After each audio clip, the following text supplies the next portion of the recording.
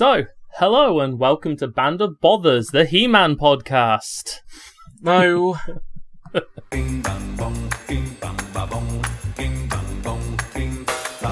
Last time on Band of Bothers, our band of intrepid adventurers was still on the road heading towards the village of Arrowbrook, the last known location of the missing druid Kyrad. So far along the road, the party has managed to deftly avoid a seemingly harmless merchant and his bacon butties of doom. And they had a close encounter with a particularly harrowing monstrosity that they called the Blee Thing, which is some kind of sheep deformed by unnatural eldritch powers. After that, our heroes threatened to burn down a dryad's tree before facing their most dangerous foe to date. Some whistling squirrels and foliage. Just so you know, you describing the merchant as seemingly harmless does not make me trust him.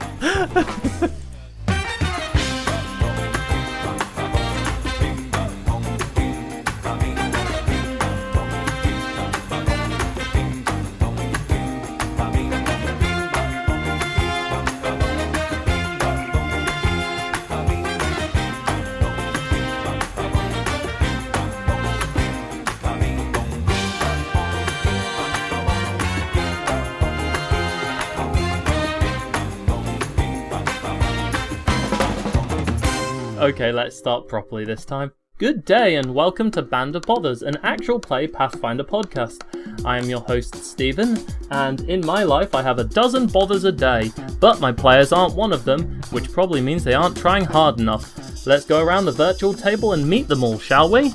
Robin, who are you and what are you playing? Hi, my name's Robin, and I am playing Elisa the half-orc paladin. Yeah, when did this happen? You didn't ask me if you could become an ogre. And Josephine? My name's Josephine, I'm playing Frida the half-elf. And Tuomas? I'm Tuomas, and I shall be playing the rogue Barlam. And Edgar? Hello, my name's Edgar, I am playing Alpheus, the Animus Wolf Shaman Druid. Okay, so welcome everyone, now let's get this game a-rolling. We should mention Thomas is on a lot of painkillers right now. Yes. Dosed up to the eyeballs. So, we begin with you guys, fully rested and healed, as it is now night by the time you reach the outskirts of Arrowbrook. This late autumn climate is quite cool and a chill goes down your spines, as those looking ahead of the village quickly realise that there are no lights on, nor are there guards or people of any kind. It is completely silent, eerily so. What's a little silent sound? What? Ooh, there's background music. There's a lot of editing going into this. Ooh. That's ruddy mysterious. Snuffles, I feel I haven't provided you my full attention, and as a result, I almost lost you. My mind has been wandering of recent, thanks to the increasing dreams of that mysterious woman. An So is it unknown evening from now? my past life. I think we should go to the town centre and try and find anybody. You said it was deserted, didn't you? So You can't tell, as you come up to the village, you can't see any lights on, nor can you see any people. I said that it was, what did I say? That it was... Is it night? Now's nearly, the time to change yes. your mind. It's now night, yes. You guys needed to rest up because you guys were half dead after the last fight. We should... It's quite a natural time for it to be quiet and dark at night. I know, but we should at least see some candles. I don't like the look of this. Okay, can everyone roll a perception check, please? Damn straight. What did I roll again for this? Oh yeah, you don't know how to use the character sheet yet. Joe, your perception modifier is 10, so you've got 17. Well, this is fairly apt. As you enter the village, Frida and Alpheus, you both notice that your animal companions are getting quite agitated. Their fur is bristling and they're giving off a low growl. It is still low and somewhat quiet for now. Barlam and Liso do not notice this. I just go on to say, Eliso, Barlam, it's not safe here. I don't like this. I have a better idea. We should find somewhere to sleep. Somewhere else. I honestly don't want to sleep outside considering that bush. If we go inside, we could be ambushed by, people hiding. We should find like a barn or something that we can stay in. It's the middle of the day. Come on, we could be surrounded if we were inside. if Barnum keeps up like this, I'm making sure he's sleeping outside, by the way. You're being very Barnum right now. Okay, so what are you people using as lighting? None of you have total dark vision. Wait a sec. Ed, we agreed that I would carry water and you would carry light. That's correct. I do have light on me today. So you just press an object and you can basically turn it into a giant light bulb. So find an object on your person and you can light it up. Like, for example, I could give you my staff and you can turn that into a light. While they're discussing this, I'm bound to take up my silver arrows and then do something, or not something? They gave you the good stuff then, Thomas. I would like to use Detect Evil, please. I'm using Detect Evil as well. That's just using your hands. How does your Detect Evil work, your class ability? I'm not sure. It would just make you, like, visible. Yeah, it's okay. I can see with all the evil light coming off of Baalam. I'm not evil, just Baalam. Yeah. Detect Evil, as a move action, can concentrate on a single item or individual within 60 feet of the okay. So So I guess Baalam lights up. it says it works as like the spell, so you can get a cone effect for detecting the presence of evil. Okay. Baalam has a lantern he picked up from some dead guy somewhere, resting against a tree. Sat in the village. He lights it and looks at the guy and says, "Lazy bastard." Alpheus lifts up his hand and decides to use light on his nose. What are you thinking? Okay, you two are Alpheus now wants to. both providing light. Now everyone knows where we are.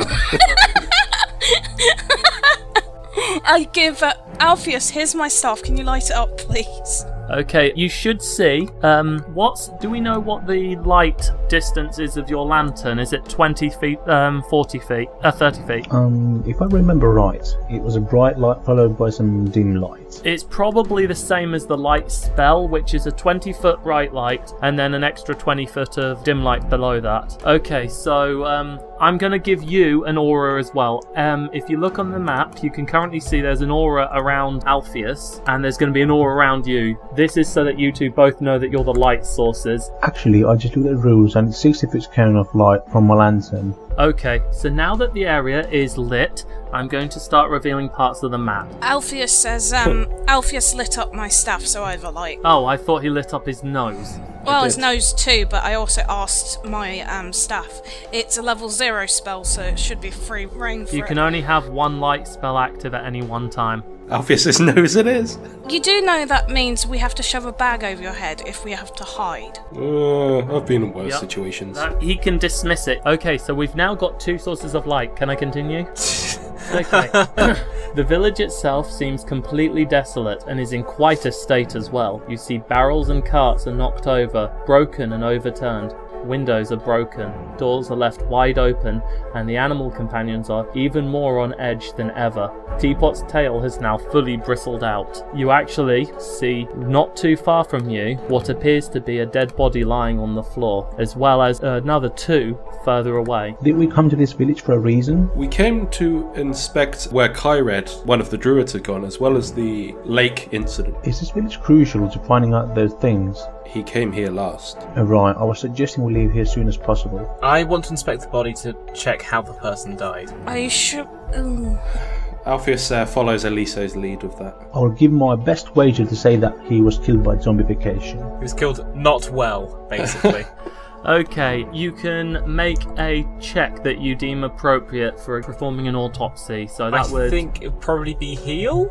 heal or perception if you don't have heal. How would you use perception to heal? If you have heal, you'd get a more in-depth analysis. I would just look around and keep an eye on things. I rolled This person- 14. Okay, Eliso, this person seems to have been torn apart by some sort of savage animal. Dear. Okay, but what was it that killed them? Was it when their head was removed, or was it when their intestines were spilled? This is important. It looks like their intestines have been spilled. Alright. and Did they their have time throat- to write anything and with their throat intestines? ripped out? No. It could have been velociraptors. You do actually now see, we've got Baalam, you said you're keeping an eye on things, as is Alpheus. You now see a dog that is sniffing around a house. When the dog turns to face you, something immediately stands out. Its face looks like it has melted slightly, and its fur is missing, and its left eye is drooping down. It opens its mouth an unnaturally wide distance, as its teeth not only lie in the top and bottom of its mouth, but go all around the sides and all the way down to its back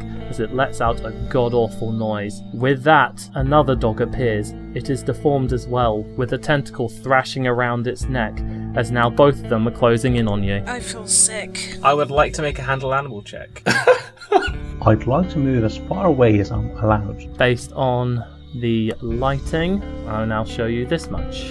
That right there is a cart that's kind of blocking the path.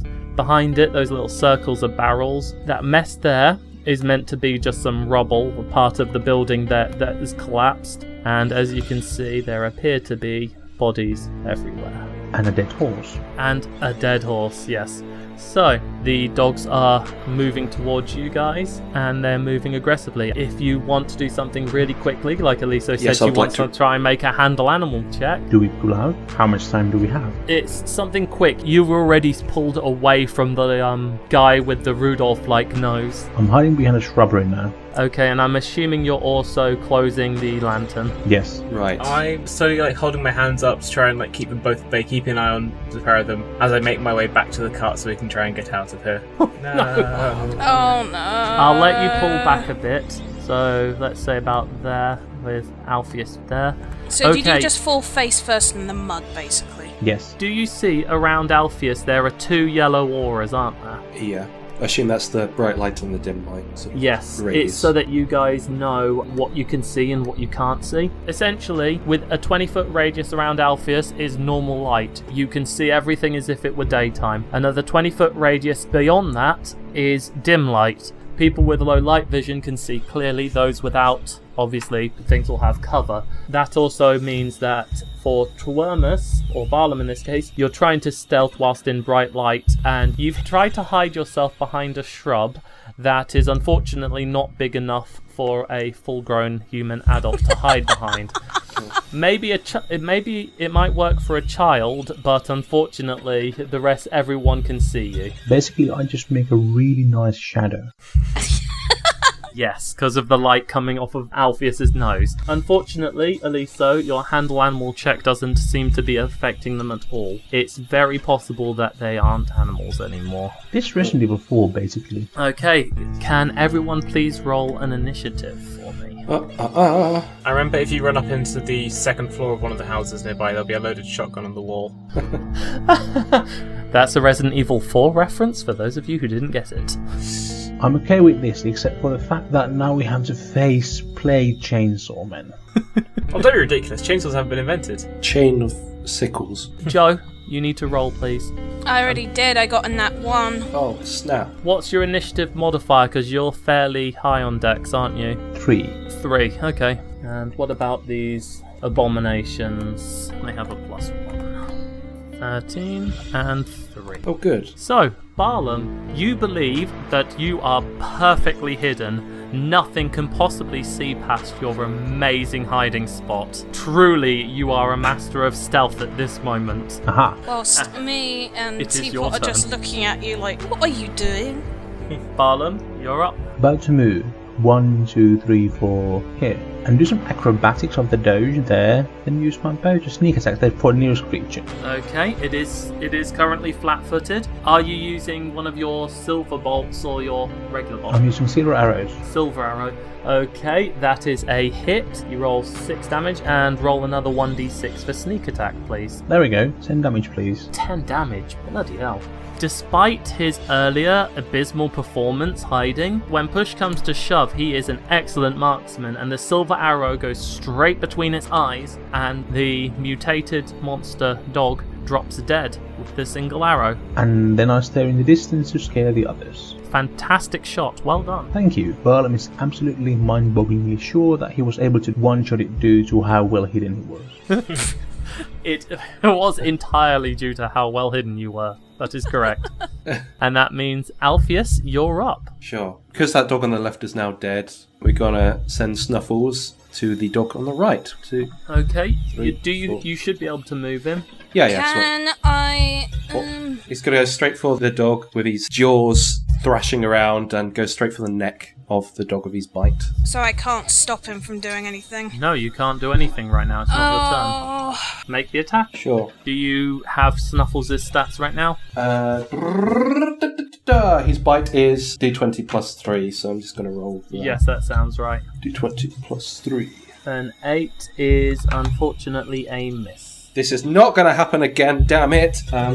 So, Snuffles attempts to bite onto this mutated dog's neck and is surprised to find that his fangs are intercepted by the tentacle that's coming out of its neck. It tries to bite onto the tentacle, but it just slips through its jaws completely unharmed. Snuffles is confused by this. At least he didn't attack himself in confusion. Alpheus' turn. Just wait. Oh no, that's not ominous. 2, 3. Alright, well, Alfie's going to move there and he's going to use Snowball as a ranged attack to try and hit the dog instead. Okay, roll a d20 plus your base attack bonus, which is 1. 1. Yeah. Oh, okay. That's against its touch AC. That is unfortunately a miss. Does it still... No, it doesn't affect it if it misses. I'm going to retire now. Before you do that, could you and Snuffles please make a will save? Yeah, sure. With a save, is it just D20 plus your will then? Is that how it works? Plus your will modifier, yes. Right, okay. So not wisdom, but will. So Alpheus 20, Snuffles 10. As you two are both very close to this eldritch monstrosity, the very presence of it confuses you and can cause insanity. Alpheus, you are confused for 3 rounds. 3 Snuffles is driven insane by the madness. You will find out what that does later. Okay, so you need an exceptionally high roll apparently. Oh, no, sorry, I just checked the save. Snuffles did make the save, so Snuffles is confused for 2 rounds. He's not driven completely insane, but he definitely does not like being in the presence of this beast. Eliso, you're up. Okay, so I'm choosing to use my axe instead of my spear because my axe is the holy symbol of the god, Grazeth, and I don't think I need to detect evil on these folks. I've got a pretty good idea about it. Yes. Sorry, I forgot to say earlier, but yes, you did sense quite a lot of evil coming from the village in general. Oh, that would have been useful information. Sorry, but everyone was bombarding me with information. I would have just cleared off. I'm sorry about that. Hey, it's fine. I'm going to walk up and I'm going to use Smite Evil on the demon dog, and then I'm going to smite it with my axe. Okay. So, Smite Evil gives me +3 attack, +1 damage, and bypasses target's DR. Ooh. Smite that evil. That is a hit. Okay. +1 damage, you said. Yes, +1 damage. You rush over to the eldritch abomination of a dog and channel the divine power of your religious leader. Oh no, it was yes, Grazeth. I say, in the name of Saint Grazeth, and then I just hit it, I don't finish the thought. I don't need to. My axe finished the thought for me. And indeed, it finishes the dog as well. So entrails everywhere. You bring your axe down into the dog's head and makes a somewhat sickening noise as it shatters into the bone and then through into the brain.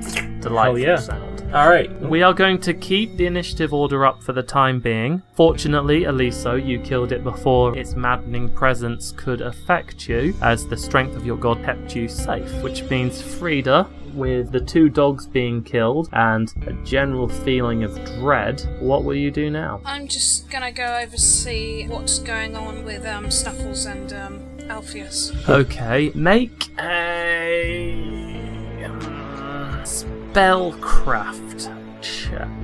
Spellcraft, that's so a d20 is it? Plus your spellcraft, which is +6. That's 11. That's not very good. Better than my rolls. It isn't enough, I'm afraid. You believe that they are currently affected by some sort of possibly magical, mental effect, but you're unable to identify what it is. Would it be Arcana to check whether it's magic or not? Well, spellcraft works as well. Okay. She doesn't have knowledge arcana. Wow, jeez. Alright. But if you have it, you can make a check as well. I have knowledge religion. I mean, hey, it could be. I rolled 10. No, I'm afraid that isn't enough to reveal anything to you at this time.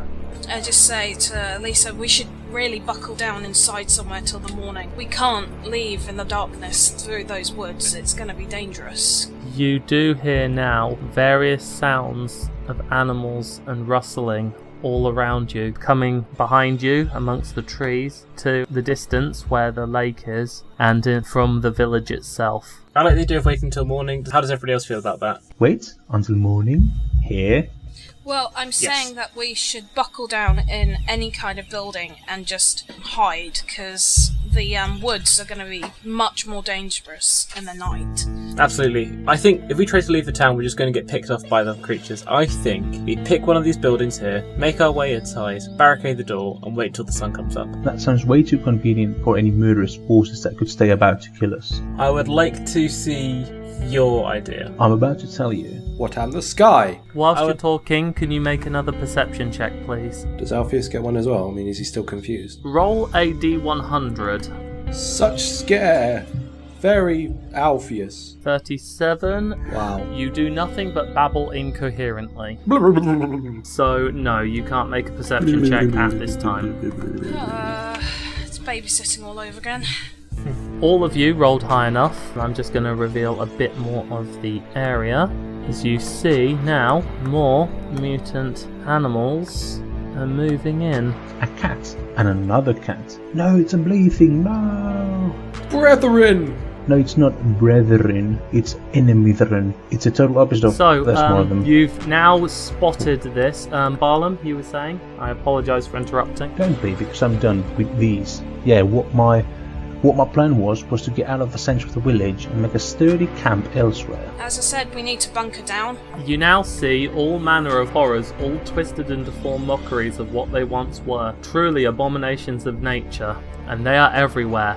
They're on the roofs, they're in the broken windows of the buildings, on the streets and in the alleys. Snuffles and Alpheus are currently suffering from the maddening confusion from that eldritch dog, and Teapot roars in an attempt to intimidate the monstrosities as they're starting to close in. What will you do? Very convenient. May I roll a will check? Will check? What for? For intelligence, for being afraid of things. Okay, yes, you may. 23. My next move will be based on the tact and morale of the other members of the party. So you probably will act based on what the rest of your teammates choose to do. Alpheus and Snuffles, can you roll me another D100? We will see how you're responding to this. Dice roll. 80. 80. Oh, can you make an attack roll against Teapot, please? 8. You do not manage to actually hurt Teapot, but in your confused state you mistake this large white feline for another mutant sheep.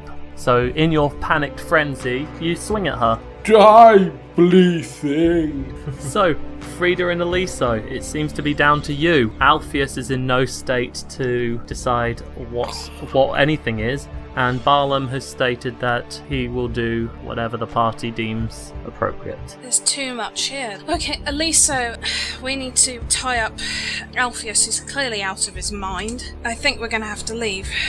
I don't like the idea of going into the forests, because I'm almost certain we'll be tracked down by these things. The thing is, they're in the buildings, they're on the roofs, they're everywhere, and I honestly don't know what else to do.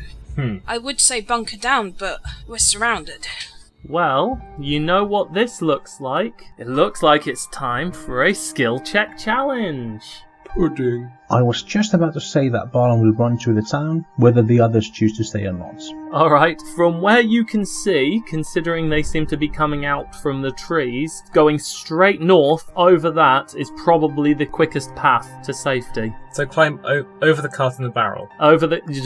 He's acrobatic enough, he could easily make it over that. In my panic mindset, I'll do what I know. Because you see, there's stuff coming out of the woods now. They're all around the place, and Liso stating the woods can be very dangerous right now. Yeah, I'm stating that the woods are very dangerous, but on the other hand, the village is swarming, so I am honestly completely stuck.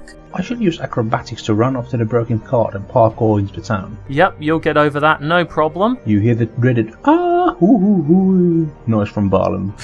And as I was saying, so now you see Barlam making a run for it, and as I said, I think we're going to do a skill check challenge. So we should have all done this before, but I don't think we've done it outside of the preliminary games. I don't think I've done it with you guys yet as a full group. You haven't. So for those of you who don't know what a skill check challenge is, it's a mechanic taken from 4th edition Dungeons & Dragons that's used to roleplay out an encounter or situation with skills instead of through combat. We'll roll initiative and everyone will take their turn to weave a narrative to explain what their character does to impact the event. Then they roll the skill that is applicable to what they just described. So, as we've just seen, Barlam has legged it forward and leapt over the carts. He rolled acrobatics, succeeded, and he's managed to move forward. If he fails, I will describe what happens. So, your goal right now is to escape the horde of eldritch abominations. I won't tell you how many successes or failures you need to win or lose, but I will count that success of Barlam's just now as a success towards your total. Okay. You can use any skill so long as you can justify it. However, you can't use the same skill as the person before you in the initiative order, regardless of whether they succeeded or not. So, say Barlam's just gone, and then Aliso decides she wants to do something acrobatic. Well, she can't because he's just gone first. Furthermore, you can't use the same skill as you used in the previous round, so next turn, Barlam can't use acrobatics again. You'll have to be creative, make the most of the skills you have, and good luck. Everyone roll initiative, please. Initiative. 13, 19, 18. Frida got 21. Oh, and Alpheus, you need to remember that at least for the first round of this, you are still going to be confused. You'll have to roleplay appropriately. Right. Okay. Fine. Something for both Ed and Joe to consider. Since you're druids with animal companions, you may utilise your animal companion's skill instead of your own as part of the skill check challenge. Okay, so Barlam got the drop on this, so I'm putting him at the top of the order as he's just gone, which means Frida, you're up next. As I said to, what's her name again? Aliso. Aliso, we need to tie up Mad Alpheus so that we can get moving. We're going to have to hurry because Barlam's run off. This isn't really time for talking now. You're in the initiative tracker, so you just have to act. You can grab Alpheus and run, or you have rope in your pack, so you can choose to use that instead if you'd like. But your goal is to progress the entire group to escape this oncoming horde. I can take care of Alpheus because I'm strong enough to just hoist him over my shoulder if needs be. Does that mean I'm going to need to hog tie the dog? Well, you're a druid. What do you think? Handle animal. Make a handle animal check then. What do I roll? Handle animal skill. It's a D20, dear.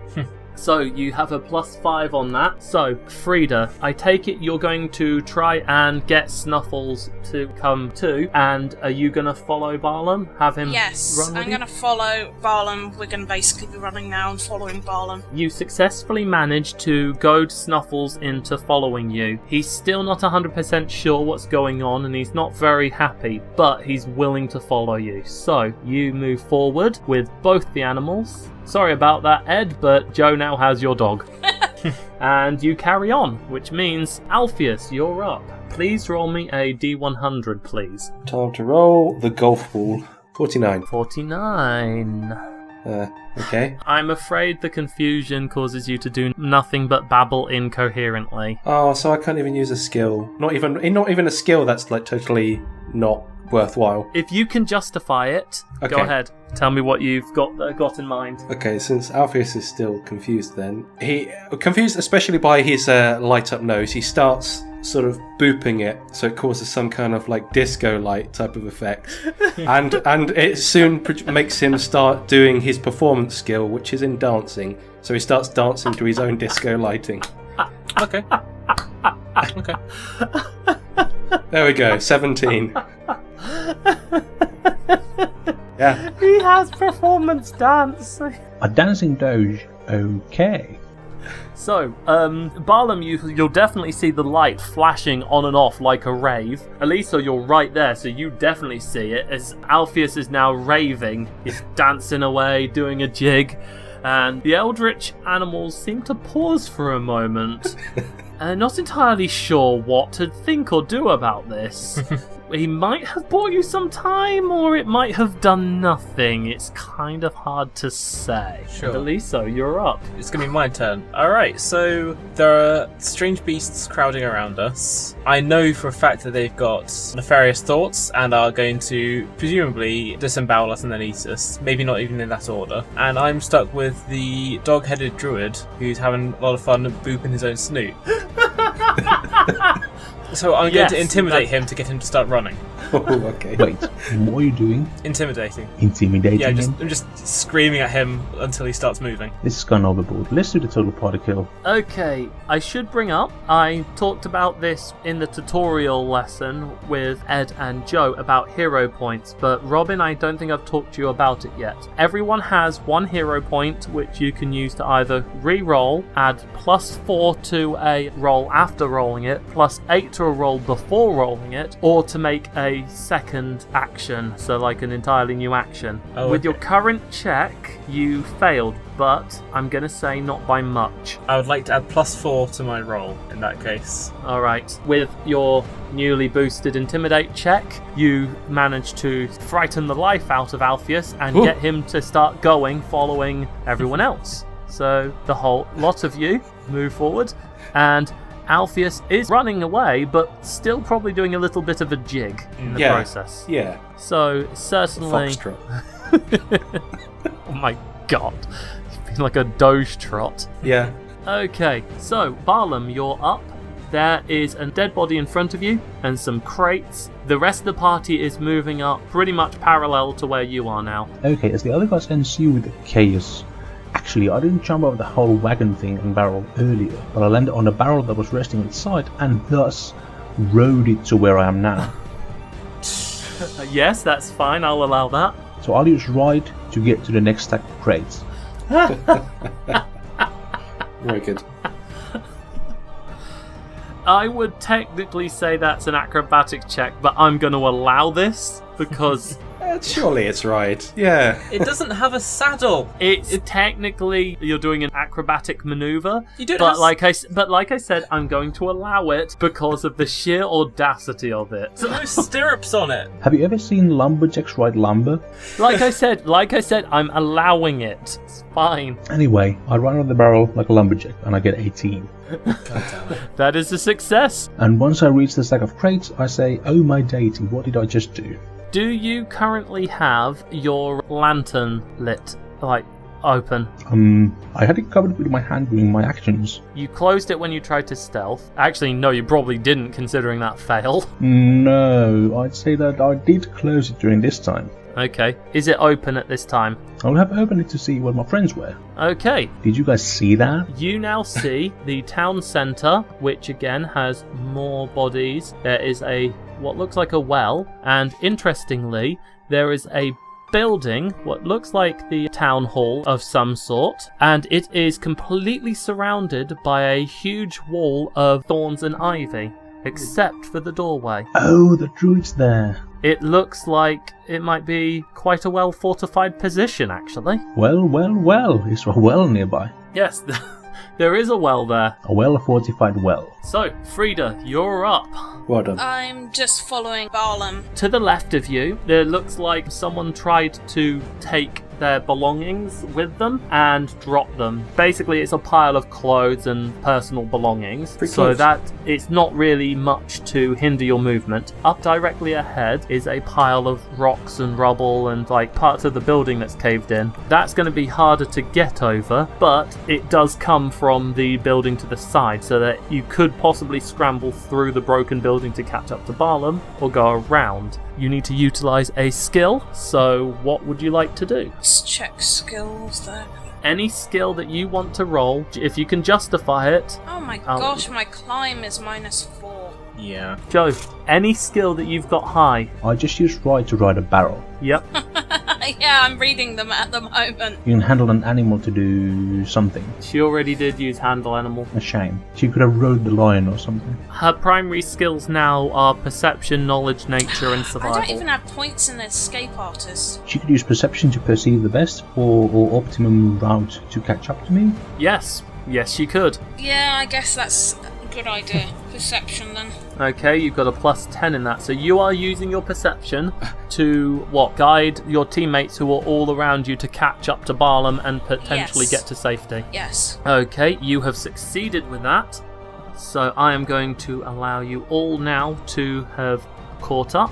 Very You nice. now all see the town centre, as there are animals kind of in the way, but you are now extremely close. Alpheus, you are up, and you are now clear of mind, so you may do as you see fit. You're welcome. Alpheus's pupils return back from being dilated, and let's see what I can do here. What are those squares behind us there? Crates. Okay, so It's like someone tried to make a barricade of some sort. okay, that's fine. Currently just trying to find somewhere to hide. Fine. Okay, so what Alpheus will do then is, seeing those crates, he'll dive into one and use a and bloody hell. Pick your next words very carefully. So you want to dive into a crate. I shall use disguise.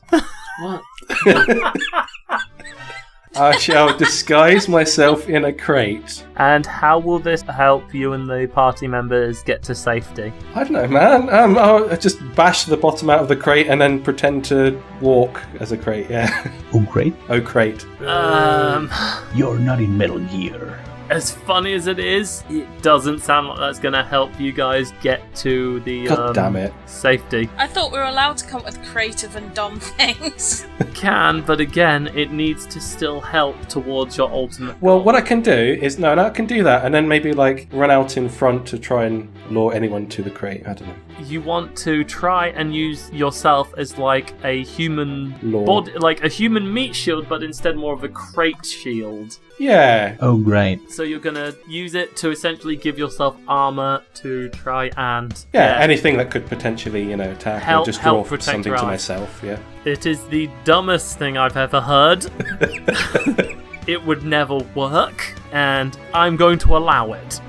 Yes. The barrel's fancy and he's a doge, so he'll look dapper. Are we going to have a Doge in a box? Yes. Metal Gear Doge. It's a doge in a box. Ed, remember when you're editing this scene to put in some Metal Gear music? Give me those drums. The Metal Gear MIDI drums. Yes. Very good. Absolutely. Wow. Metal. Wow. Right. Alpheus, you managed to barrel over my performance. So, was that Barlam's turn? I'm Marwan turn. I'm waiting for Alpheus to make his dice roll. Yeah. Oh, sorry. You should have. Right. Yeah. Sure.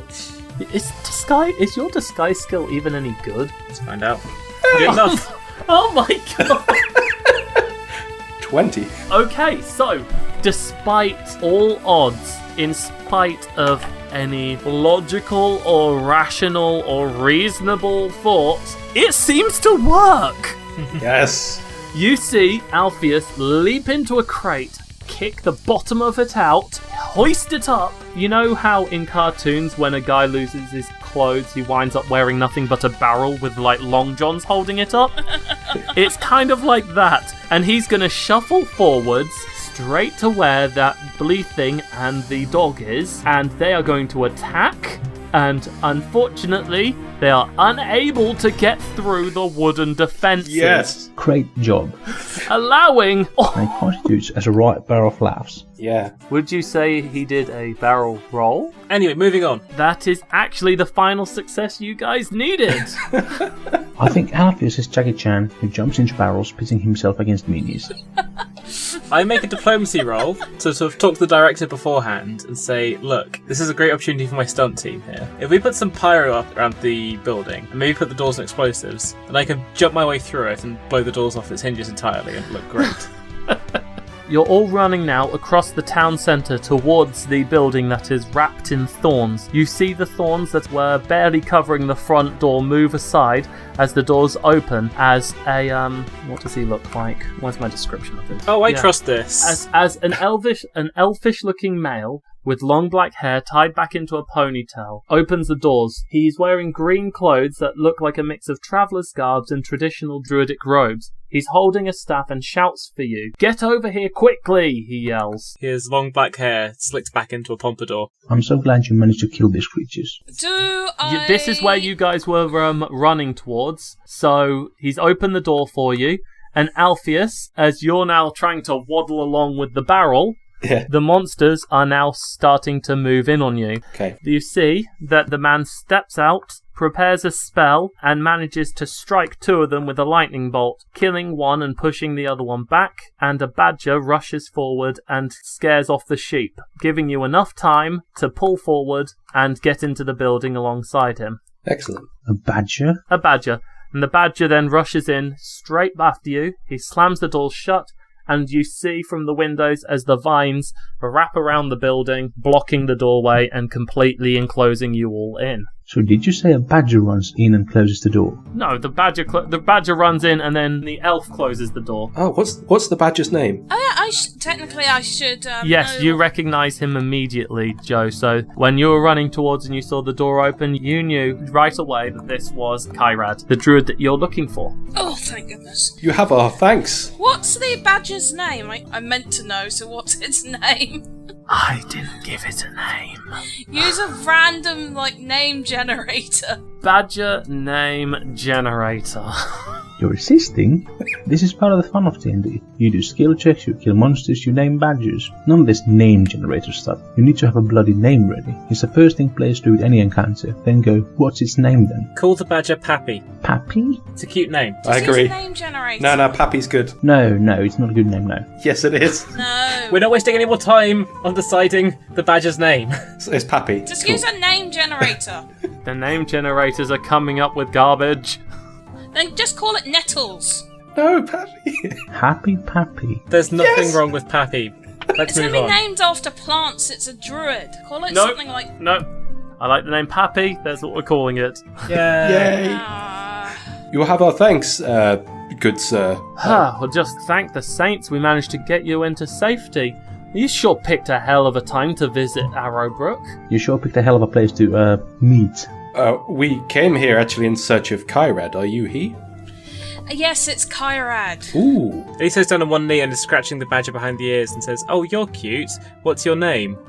No, it's cute. Kyrad will greet Frida, as he is familiar with her, and Teapot, and greets the rest of you. And answering your question, he says that the badger is called Pappy. That's a great name. Thank you. I thought so. So, is it just you and the badger in this man's building? Yes, the No, it's fine. the I like building it. the building you're in, as it happens, is actually a town hall. So he has set himself up a little fire in the middle of the room. Yeah, and the badger's laying there quite happily. He's got some chairs and stuff, some personal effects. It seems like he's been using this as a base of operation for a while, based on just the various bits and bobs he's got built up here. I suppose introductions are in order, really. My name's Alpheus, or Alfie. The old guy's Barley. The half-elf is Freedy. And the paladin is E. He already knows my name, If Alpheus. It's funny to think you're actually. I thought you were still mad when you ran in that box.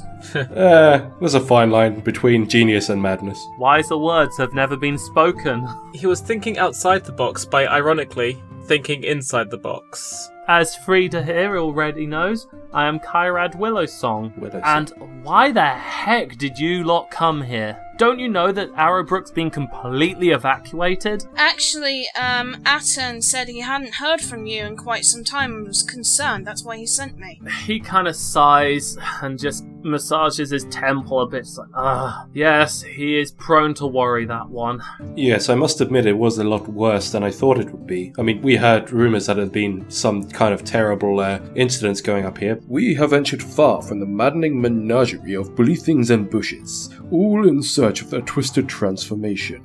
I don't suppose you know of what's caused this eldritch friendliness? Yes, I'm afraid that is due to the lake. Mutton Lake seems to have been corrupted with some sort of taint, and everything that has fed from it, from the plants that draw nourishment from its waters, to the animals that drink from it, and the animals that consume the foliage. They all seem to be becoming mutated. It's why I'm here. I'm trying to solve this situation and fix this. Are you here to help? I had no idea anyone was coming here.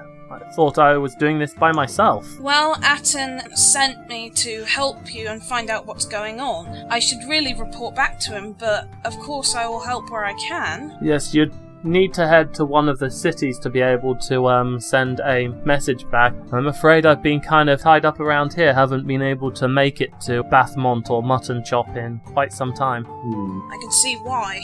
Well, There is a type of facial hair that was popularized by the citizens of Mutton Chop. It takes its name from the settlement as opposed to the settlement taking its name from the facial hair.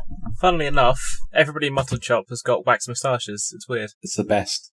Surely together we can help each other out. Right now, I've been working on a ritual to contain the spread of the lake's corruption, but it's been taking quite some time as I have to draw the ritual around the entire lake itself. It won't do much to stop the corruption that has spread beyond the ritual area, but as the lake is the main source, it would definitely slow things down significantly, buying us more time to find a permanent solution. And that's why I've been unable to get to any of the settlements to send any messages, since this containment ritual needs to be done as soon as possible. If you're offering to help, then if you head to Mutton Castle, you could retrieve my notes. I've got a lot of my gear kept there for safekeeping. No.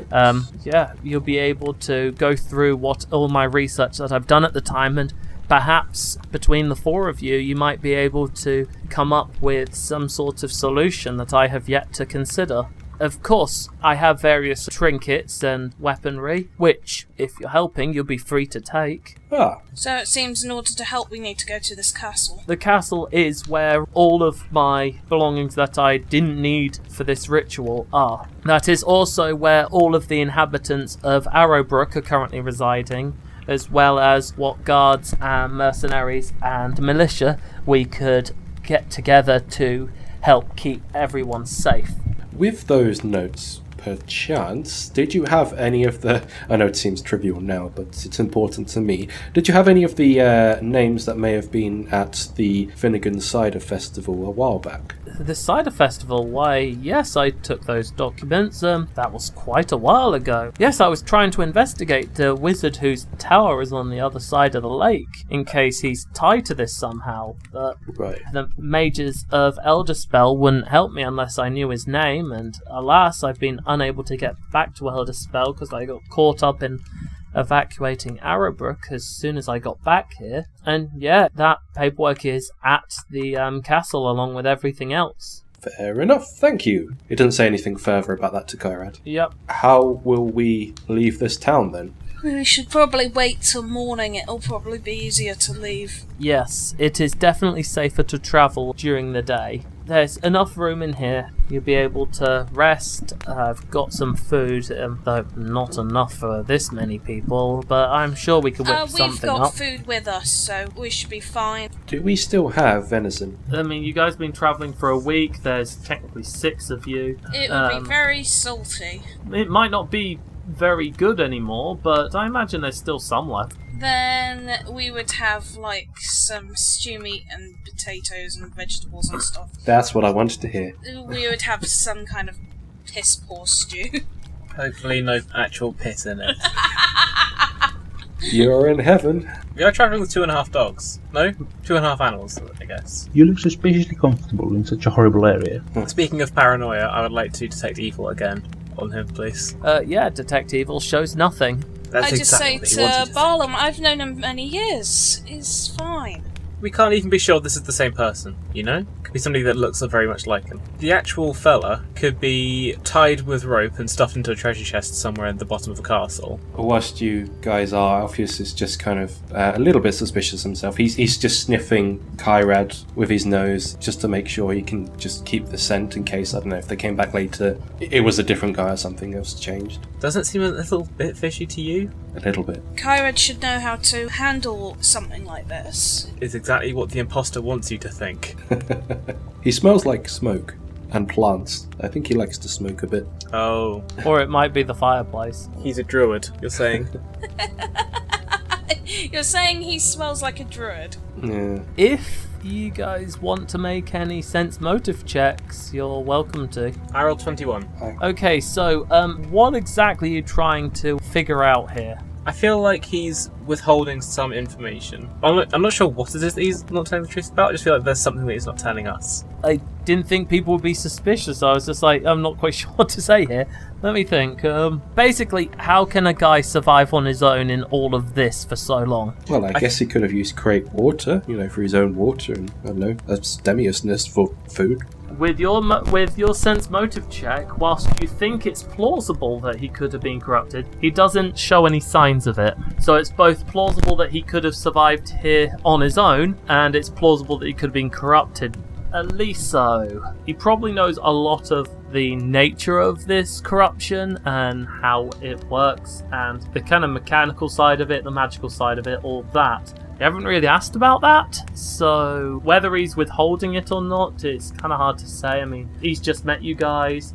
You guys suddenly started talking amongst yourselves in a fairly small room. From what you can tell, he believes that this ritual of his is going to slow down the spread. He knows it won't fix the problem, but it will stop things getting worse. Yeah, it's fine. We should rest here and basically decide what we will do tomorrow. Oh, well, thank you. Thanks so much for offering to help. I'm sure between the lot of us we'll be able to get this done much quicker. I've been gathering up supplies from Arrowbrook during some of the nights and evenings here. I was going to take the supplies up to Mutton Castle next time I go up there, so why don't you go check through them, help yourself, see if there's anything that can help you. Free loot. Snuffles will go over to Barlam to rest with him because he hasn't quite forgiven Alpheus for the incident with the bush, but feels quite close to Barlam thanks to Barlam being the saviour of that fight. Yeah, I'm the one that healed him and washed him afterwards. Well, there's the problem. You gave him a bath.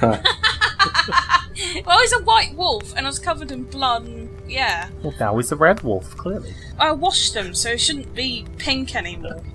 Okay, so Barlam and Snuffles are snoozing in the corner. Frida is currently cooking a meal. Eliso and Alpheus, what are you two up to? I'm not really sure. Yeah, not a whole lot. I suppose I could pray for a while. Alright, okay. Are you just praying in general, or are you trying to commune with your saint? Hey, Grazith, thanks a lot. Really appreciated it. being able to smite that evil earlier really came in handy. So, thanks, and I'll see you around. No problem. Keep up the good work. Oh my god. I'm joking. Alpheus partakes in his favourite pastime and takes off his boots and starts biting his own toenails. Okay. And I tell no one's Alpheus off for basically poor Anna's in good company. You realise you're acting like a character from It's Always Sunny in Philadelphia right now. I have no idea what that is. It's disgusting. And I basically muttering under my breath, it's like babysitting the local children. Alpheus responds by just going, "Krr." Okay. Frida, make a cooking check for me. Let's just see how good this meal is that you're making. It's alright, you actually have a skill point in it now. Oh, nat 20! Hey. Nat 20! So Barlam's missing the most delicious meal of his life right now. Well, it starts smelling really good. As far as salted venison goes, it is the best salted venison you've ever had. You feel much better afterwards. Well, I take a bowl and I start prodding Barlam's face and basically saying, there's food. Frida, make a perception check, please. Ed, could you roll me a d20? Yes, sir. Steve, sir. 5. Frida, you do manage to notice that whilst you're talking to Barlam, trying to goad him into eating the food, you're holding the bowl perilously close to Snuffles, who has started lapping it up. Oh no! I'm sorry, It's okay. It's going to somebody who's going to appreciate it at least. The rolls was a stealth check versus a perception check. It is an amazing meal, and Snuffles is very grateful to have some. And it is a fairly restful night. You do hear the noises of the animals outside of the building. Some of them dragging themselves along the floor. Some of them making ungodly noises. And a few of them whistling jaunty tunes, but you know that those jaunty tunes can be very dangerous indeed. So. Yeah. Kyrad is fairly confident in his defences, but even he seems to be very much on guard for most of the night. and when he does sleep, his badger companion takes over watch and vice versa. Fortunately, as an elf, he needs far less sleep than the rest of you do, but even so, could everyone please roll me a will save? Okay. Yes, I will. Ha ha ha! Will. Well. I rolled a 12. I will become a mutant. I rolled 23. I rolled a 9. Snuffles also got a 9. Okay. Joe, do you know what the modifier is for Teapot? She has a wisdom modifier of 2, Same as Snuffles. so that puts her on to 10. All of you managed to get enough sleep, even Barlam, except for Snuffles and Alpheus.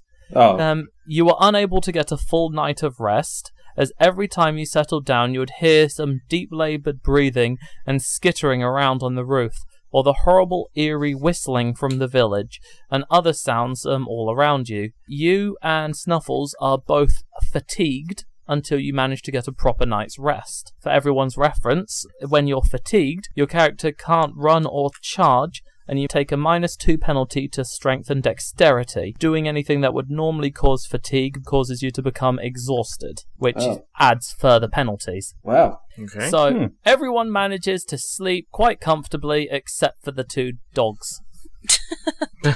Alpheus was also having flashes of memory from his previous life, so his nightmares were keeping him up. So he's like, Not another nightmare.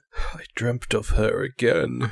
Snuffles was just having nightmares about squirrels, no doubt, then. More so about bushes, I imagine. Yeah, about bushes that can poison and destroy him. Yep. So, morning rolls around with everyone waking up and going about their morning ritual, meditating, praying, etc. Since none of you decided to take him up on his offer to go through the stuff he found, he'll go through it asking Frida what kind of weapons you guys use, and he will manage to find each of you a masterwork version of your current weapon. Ooh. So, a masterwork sickle for Alpheus, Right. a masterwork short bow for Frida and for Barlam, and a masterwork trident for Eliso. Nice. He couldn't find you an axe, but he did find you a trident. No, that's fine by me. Mark it on your character sheets. For Ed and Joe, who don't really know, a masterwork weapon gives you a +1 to your attack rolls on top of your usual modifier, but it doesn't give you any extra damage. It's generally worth about 100 gold more than the usual version of that item, so you now have something of some value on you. Right, okay. And it will make it a little bit easier for you to hit because they are very good quality. I don't trust it. Sense motive. You got something out of this, though you guys tried your best to avoid getting that loot. But Kyrad is trying to help, so he will go through it himself and find it for you. That's exactly what he'd want us to think. He's like, this seems awfully suspicious. People don't show their gratitude with weapons. Kyrad leaves fairly early with Pappy to try and locate your horse and cart, hoping that they were able to escape the monsters last night. Will anyone go to help him? Whilst you're all safe in the building and he's not around, you are free to talk about him. I would have to talk about them anyway. No. Well, a lot of you guys were fairly suspicious last night. As fun as it sounds to talk about him behind his back, I think that Elisa would probably go and help him out with his business. Barlam will warm his old bones inside. No, I don't think Alpheus would. I think Alpheus would stay indoors for a bit. Particularly given that you're fatigued. Yeah. And Frida? Oh, I don't know. Should I go assist in the search, or should I stay here? You could do some quality catching up with Kyrad. Yeah, that's true. Okay, I'll go out and help look for the cart. So, both Eliso and Frida gonna leave. Is Teapot coming with you? No, I'm gonna leave her behind. Okay. Yeah, she's probably curled up next to Barlam and Snuffles, because if I recall correctly, Snuffles decided to try and settle down next to the Barlam. rogue. Fittingly. Yeah, she's Who's gotten wrapped up. around your feet. Yeah, she's gotten up from spinning me all night to basically sitting on top of Barlam. Okay. It's a bit warmer. So the girls are going to head out to try and find the cart, whilst the guys are going to sit around and do their nails and talk about boys. Yep. So That Elise, is Wait, what? equality quality for you. Eliso and Frida, could you please roll a survival check? If you don't have survival, feel free to roll perception. Oh, okay, Joe rolled a crit. 20. And I'm pretty sure she has survival, which is more relevant here. Eliso, you don't actually need to roll because we got a crit there from Frida, so... It's fine. Frida leads the group to where you last saw your horse and cart. Given how wet it's been lately, the ground is quite soft and muddy, so you've managed to follow the tracks of the horse and cart quite easily. It'll take you a while because the horse had to go quite far to escape all the horrible abominations, but you do actually manage to find it safe and sound, so that's at least a plus. Yeah. Barlam didn't waste all of his money on a horse only to let it die. I just realised we never named that horse. My experience for 25 years of playing RPGs is that if you name anything, it is more likely to die. That's also Barlam's experience being an old man. He's just like, my experience for living for the last 25 years as an adventurer is don't name things. You'll only get attached and therefore sad when they die. Let's just call Very it eloquently horse. put. Horse the horse. It's going to be a vehicle enabler, it's going to be a speedy travelling thing, and then it's going to be sausage. Alternatively, if you name it something really stupid, it most likely will survive longer than we will. That's why I named my dog Narsu, which is the weirdest name, so it won't die. Let us move over to see what the men are doing. Yeah, after I kicked a teapot out of basically bed, she went and crushed Barlam. That's what I'm doing, I'm being crushed. So now the guys are there braiding each other's hair and petting the animals. Snuffles would, because he just loves the taste of people's feet, I can imagine would be licking Barlam's feet whilst Teapot is on top of his chest or something then. Is that... I grew up in a farm, so I think that's okay. As long as they are not malnourished pigs, they won't eat me. Yeah. Pretty much. Even though they're both predators. He's just like, well, an angry herbivore's more scary than these predators. Pigs are not herbivores. Pigs are omnivores. That is true. I apologise. Yes, finally an apology. Do I get XP? Yes, you get 1 XP. I'm crushed and licked, so that's what I'm doing. Teapot starts grooming you. Yeah, I will accept that. I guess Alpheus would be using this time to actually set what spells he's going to have. That is a good idea. Anything new today? Level 0 spells, create water, spark, purify food, detect magic. Level 1 spells, commune with birds, fire belly, and snowball. Commune with birds. For fun. Is that tweeting? Yeah, this Make a knowledge religion check. Anyone with it? Religion. No, I don't. I believe Eliso's probably the one who has it. That's a shame. No one actually has knowledge religion trained, so let us carry on. What else will the guys be doing? Resting. Well, yeah, I guess so. Because Alpheus would be like fatigued and be like, oh. I guess if Teapot's on top of Barlam's chest, Snuffles is at Barlam's feet, Alpheus would probably just slump over Barlam's legs and that'll be a total animal blanket. I will become a paraplegic because there's no circulation. Because there is a puppy pile on top of you. You'd probably be wanting to try and find out where I left the tea bags. I'm trapped, and that's what I'm doing. You could start knitting. Yeah, I could, but I don't have needle and thread, so I'll be trapped. That's my action. Be trapped. Alright, so moving back to the girls. Robin, you guys are well on your way to finding that horse. It's really easy going. Pappy the Badger is also with you. Nice. So is there anything that you lot would like to do or talk about? I don't think there's anything to talk about as we're going through here. It's mostly just like, oh, those boxes are pretty spooky, aren't they? Yes. Woo, sheesh, those mutants, eh? Woo, oh my. Eldritch abominations. Don't like that. Ugh, tell me about your day at work. Yeah. So about that local sports team, they're dead. Yeah, They're dead about now. the sports. They died in the attack. Everyone's dead About now. the kicking balls and the punching balls and the throwing balls. How about those? Eventually, the 4 of them managed to return with the horse and cart. The horse did manage to lose the cart eventually, but you're able to find both and reattach them and bring them back. So you all reunite. It's taken about half an hour, all things said and done, so pretty quick. Frida is a remarkably skilled trekker this morning. Kyrad is going to start loading those crates and chests that he's got piled up in the town hall. He's going to put them onto the cart. he did say that they are full of supplies for the refugees, all the weapons he's managed to find around the town, any valuables that they would need. Whilst he's been shacked up here, he's just been trying to gather things to make their life a little easier, and since you're heading in that direction, you can take it with you. Thank you. Cool. Oh yeah, Frida and Aliso, you come and find Barlam pinned under a wolf, a lion, and a doge. I decided not to mention this because this is business as usual. All right. I just call Teapot over. What are you doing crushing him? I also decided not to mention this because my lungs are devoid of air. He's gone blue in the physically face. cannot mention it. Yeah. I'm trying to pull Teapot off him. I'm just like, come on. And then, like a sleep paralysis patient, I just snap away and slide out from under those floofs with my dexterity. And I'm like, what happened? What? Why? Where? Can we get it going? Yeah. You're going to help Kyrad load up your cart so they can hurry along. Between the lot of you, the job gets done very quickly. There are a couple mutated animals come along from time to time, but the 3 animals are able to take care of it. You guys don't even need to worry about it, because when they're in such small numbers, they're not that threatening. You don't want a swarm on your hands. Exactly. Their special power is numbers. Maths. Math. My 1-2 Why? weakness. What? No. How did you know?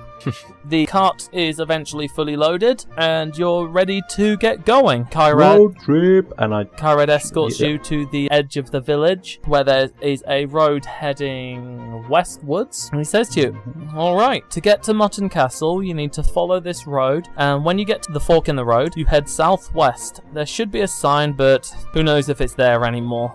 So I wish you the best of luck. So, wait. There should be a sign, but you're not sure if it's there anymore. Yeah. Sounds a bit foreboding. I don't know, I haven't been that way in a while. I don't know if the sign's still there. Follow the road southwest, and that will take you to the castle.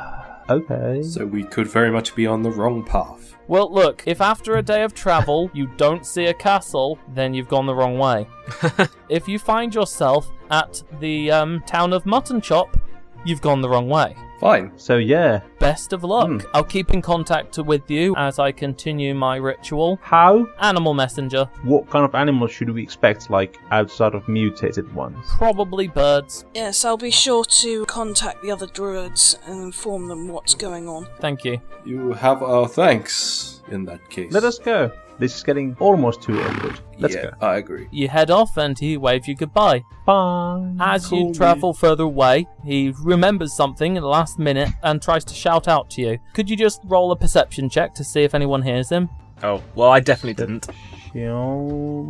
13. That's a 9. What? Bye. Fortunately, Joe didn't include her multiplier on that, so she's actually gotten an 18 total. Oh. Wow. Okay. So, it's like her best skill. Multiplier. Not multiplier, What? modifier. You know what I meant. I was like, I guess a 2 would have worked for that then, if it's a multiplier.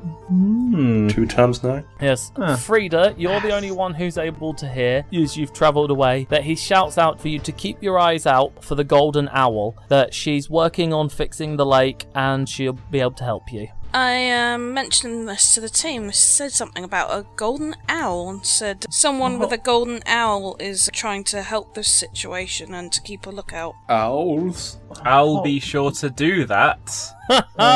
boo. Minus 10 XP. Good. Oh.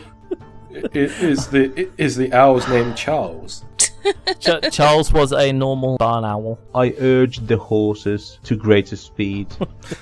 Is Barlam driving? Who is driving? I am driving. It's normally Barlam. Yeah. The thing is, Barlam doesn't let anybody else drive because he doesn't trust anybody else to... No one's Yeah. no one's given them a reason to trust him yet. True. You all set off towards Mutton Castle, which is apparently the safest place in the greater Mutton region of southern Oldwater. It should take you about 2 to 3 days to get there. So, who would like to roll me some d20s to see how your journey will be? I'll do it. Oh, Robin, okay. Yeah, Robin. No, Joe, Robin already volunteered. Oh well, I'll throw away that 17. Yeah. Well, you've got 2 to 3 days worth, so you've rolled for one of the days, Robin. Oh my god. Whoa. You wanted to make fun of me. Nice. None of you believed in me. That's my wife. You run across a magic lamp and you're given a wish. Well done. Wow. No, you don't. Go away. I take the wish, and I wish that this campaign happened in a place where there's no mutants. Oh, yeah. Well done. You're now in an area full of dragons. Cool. Yes. I'm going to date one. Anyway, no. Yeah, Alpheus was He's out to create the Dragonborn race from 4th edition. It doesn't happen that way. Well, it does now. So, your journey flies by completely uneventfully. Weather is nice. You don't encounter any mutated animals. The only thing of any note is that on the first day there seems to be a abnormally large number of birds in the sky, but you guys completely managed to bypass that, so whatever's going on doesn't affect you. Well done. The best kind of travel, unaffecting. We just look up at the sky and go, wow, that sure does look like someone else's problem. Yeah. Yes. I think in some game there was a thing called someone else's problem field. It's a field you generate with an item. I think that was from Hitchhiker's Guide to the Galaxy. Yeah, someone else's problem field. Nice. Yeah. Finally, after 2 days of easy travel, you manage to see the castle in the distance. It's around this point that you actually encounter a checkpoint of mercenary soldiers. This was clearly set up quite recently, as it's a ragtag group of soldiers that don't appear to be overly well organised, and they're just trying to set up some makeshift barricades. I've made it so in the options menu that the checkpoint doesn't save over our, normal save file. Yes, that's thank fine. God. Autosave. When you reach the makeshift fortifications, the castle seems to only be about an hour away at this point, as a middle-aged, surly-looking man steps forward. Alright, that's far enough. State your business. I step to him equally surlily and Equally middle-aged. put my fists on my hip, and they're like, we're in the business for Kyrad. I lower my voice just to compensate for the height difference. You guys, it is like looking into a mirror. They're just two surly, middle-aged blokes trying to look tough, but neither of them looking overly intimidating. Kyrad, you mean that crazy old druid over by Arrowbrook? He might be crazy, but he's earning more than you. Oh, boy. Probably true. Yeah, so what's it then? Do you want a pint or something for your troubles? Or just let us through? Oh, it's alright. So what, you guys refugees or are you here to help? We're no refugees, we're helping. We got supplies. What kind of supplies are those then? Some stuff Kyrad's picked up from back where? He'll strut on round, still puffing out his chest. He's got his fists on his hips as well, trying to one-up Barlam. It looks quite ridiculous, frankly. Yeah? A lot of postulating by two small men. I take my pipe out, slowly light it up, and then puff some smoke on his face. What's it then? Come on then. You're such a jerk. So he just kind of gives you a dirty look for that, and he's just going to check the crates, see what you're saying's true. He's like, oh, fair enough. Well, come on with you and get past the checkpoint. It's not safe out there with all those monstrous critters roaming around. It'll be safe now from here, don't you worry. Not safe for those critters, you mean? You're alright. Go on through. You're not. Let's go through. I don't know what just happened, but it was magical to watch. Yeah, it is. I'm so excited when I get to use that power. It's called the Uncle Power. You're escorted through the barricades by the mercenary who is talking to you, and they close it up behind you. Alright, kids, just follow this road to go straight to the castle. It's fairly safe here for now, but burrowing and flying abominations have been known to slip past from time to time, so stay on your guard. I look over my shoulder and tell the others, okay kids, let's go through. Yay! It's a constant one-upping. It never ends. I guess Aliso walks past and looks down to him because she does have a foot of height on the man. Yes. Yeah, but I have extra mental height for surliness. I will pick you up and put you in a bin.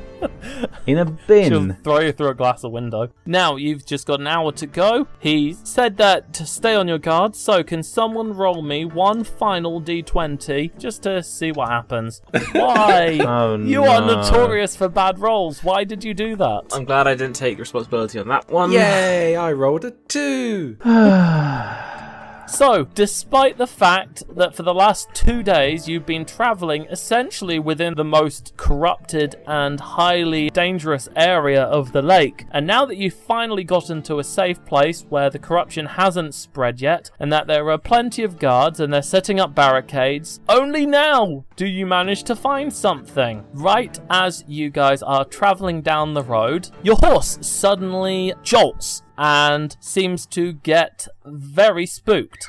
Barlam, I assume you're driving, so could you make me a handle animal check, please? Handle animal. What could be possibly wrong with Horse the horse? 21. Yeah. You manage to calm the horse down as it starts kicking and stomping at something around its feet. You can also roll a perception check for me to see what it is that has upset the horse. 14. Let's see. No, you don't see what's upsetting the horse. It's kicked up a lot of dust because the last 2 days have been very good weather. Question, is it doing active stealth while it's haranguing my horse? Wherever it is outside of your field of view. I mean, you are up on the cart. The horse is quite big. Whatever it is, might be quite small. Okay. I mean, the cart's full of stuff, so I assume you're walking behind it. So the rest of you, you've noticed the cart stop and the horse has started like thrashing before Barlam was able to calm it down. Horse, the horse. Please calm yourself. Can I do a handle animal check to... Can I roll a perception check to see what's going on? What was that? Horse. Please calm down, Mr. Horse. It's like a Dr. Seuss thing. Oh, Mr. Horse. Horse the horse, please calm down. Yep, Yeah. Frida, you said you wanted to roll perception? Yeah. Let's see. Will I get lucky? Not so much. Actually, that's a 20 total, so yes, you do. Oh, okay, so that's good. You keep forgetting to add your modifiers. So, Frida, whilst it wasn't so much trying to actively stealth, it is very small and was obscured from Barlam's vision. You see what looks like a mole has poked its head out of the ground where the horse is, and it is an abomination of some kind as it's just trying to claw and attack the horse. So, what do you want to do against this tiny abomination mole? Has Alpheus noticed it, or is it just Frida? Frida's the only one who asked to look to see what was going on. Okay. Yeah, Alpheus, you're kind of too busy trying to make a little song about the horse. The horse's name is Horse. Eliso, what are you doing? You've just seen all of this. When the horse started getting Jiggy with disgruntled and rowdy, yeah, she grabs her trident and readies herself, but she can't see the abomination until somebody points it out to her, I expect, because it's quite small. Yeah, I'm just shouting, yuck, there's another one on the floor by the horse. Oh, okay. It's very tempting to run up and kick it as hard as I can, but I think that's probably going to cause more problems than it'll solve. Do you know what this feels like? The problems with the horse? It feels like someone's constantly trying to tamper with your car. Like the feeling that, oh, someone's keying my car, or, putting something in the oil tank, or, whatever. Someone's always haranguing the horse I bought. So, is anyone going to do anything? Or is this thing's just still trying to attack the horse? I guess we're all aware of it now, really. I'll walk forwards in spirit, I suppose, with the trident. Remember, you're using a masterwork trident. I don't know if you've added it to your sheet, but yeah. You get a +1 to your attack with that. What's the crit range of it? Is it just a flat 20? It's just 20. Either way, you hit. How much hit points does this thing have? Less than that. So, as this thing is constantly pecking away at the horse's legs, Elisa just struts on over, pierces it with a trident, and yanks it straight out of the ground. It is shish kebabbed and dead, as you see that this little mole looks as twisted and deformed as everything else. You see parts of its body seem to set on fire at random, so it's quite scorched and scalded, and its limbs are twisted and deformed as well. Her name is Lorna, and now she's dead. No. Are there any of the mercenary soldiers around here, or were they just keeping up the border? You are about halfway between the mercenaries and the castle. Whatever guards they have on the castle can probably see this, but are probably also too far away to actually help. Wind in the Willows got super dark super soon. I didn't want to warn. I didn't want anybody to help. I just really wanted to warn people that they are digging under the ground. But that's okay. I think we can get a similar message across by burning it and leaving a sign. What?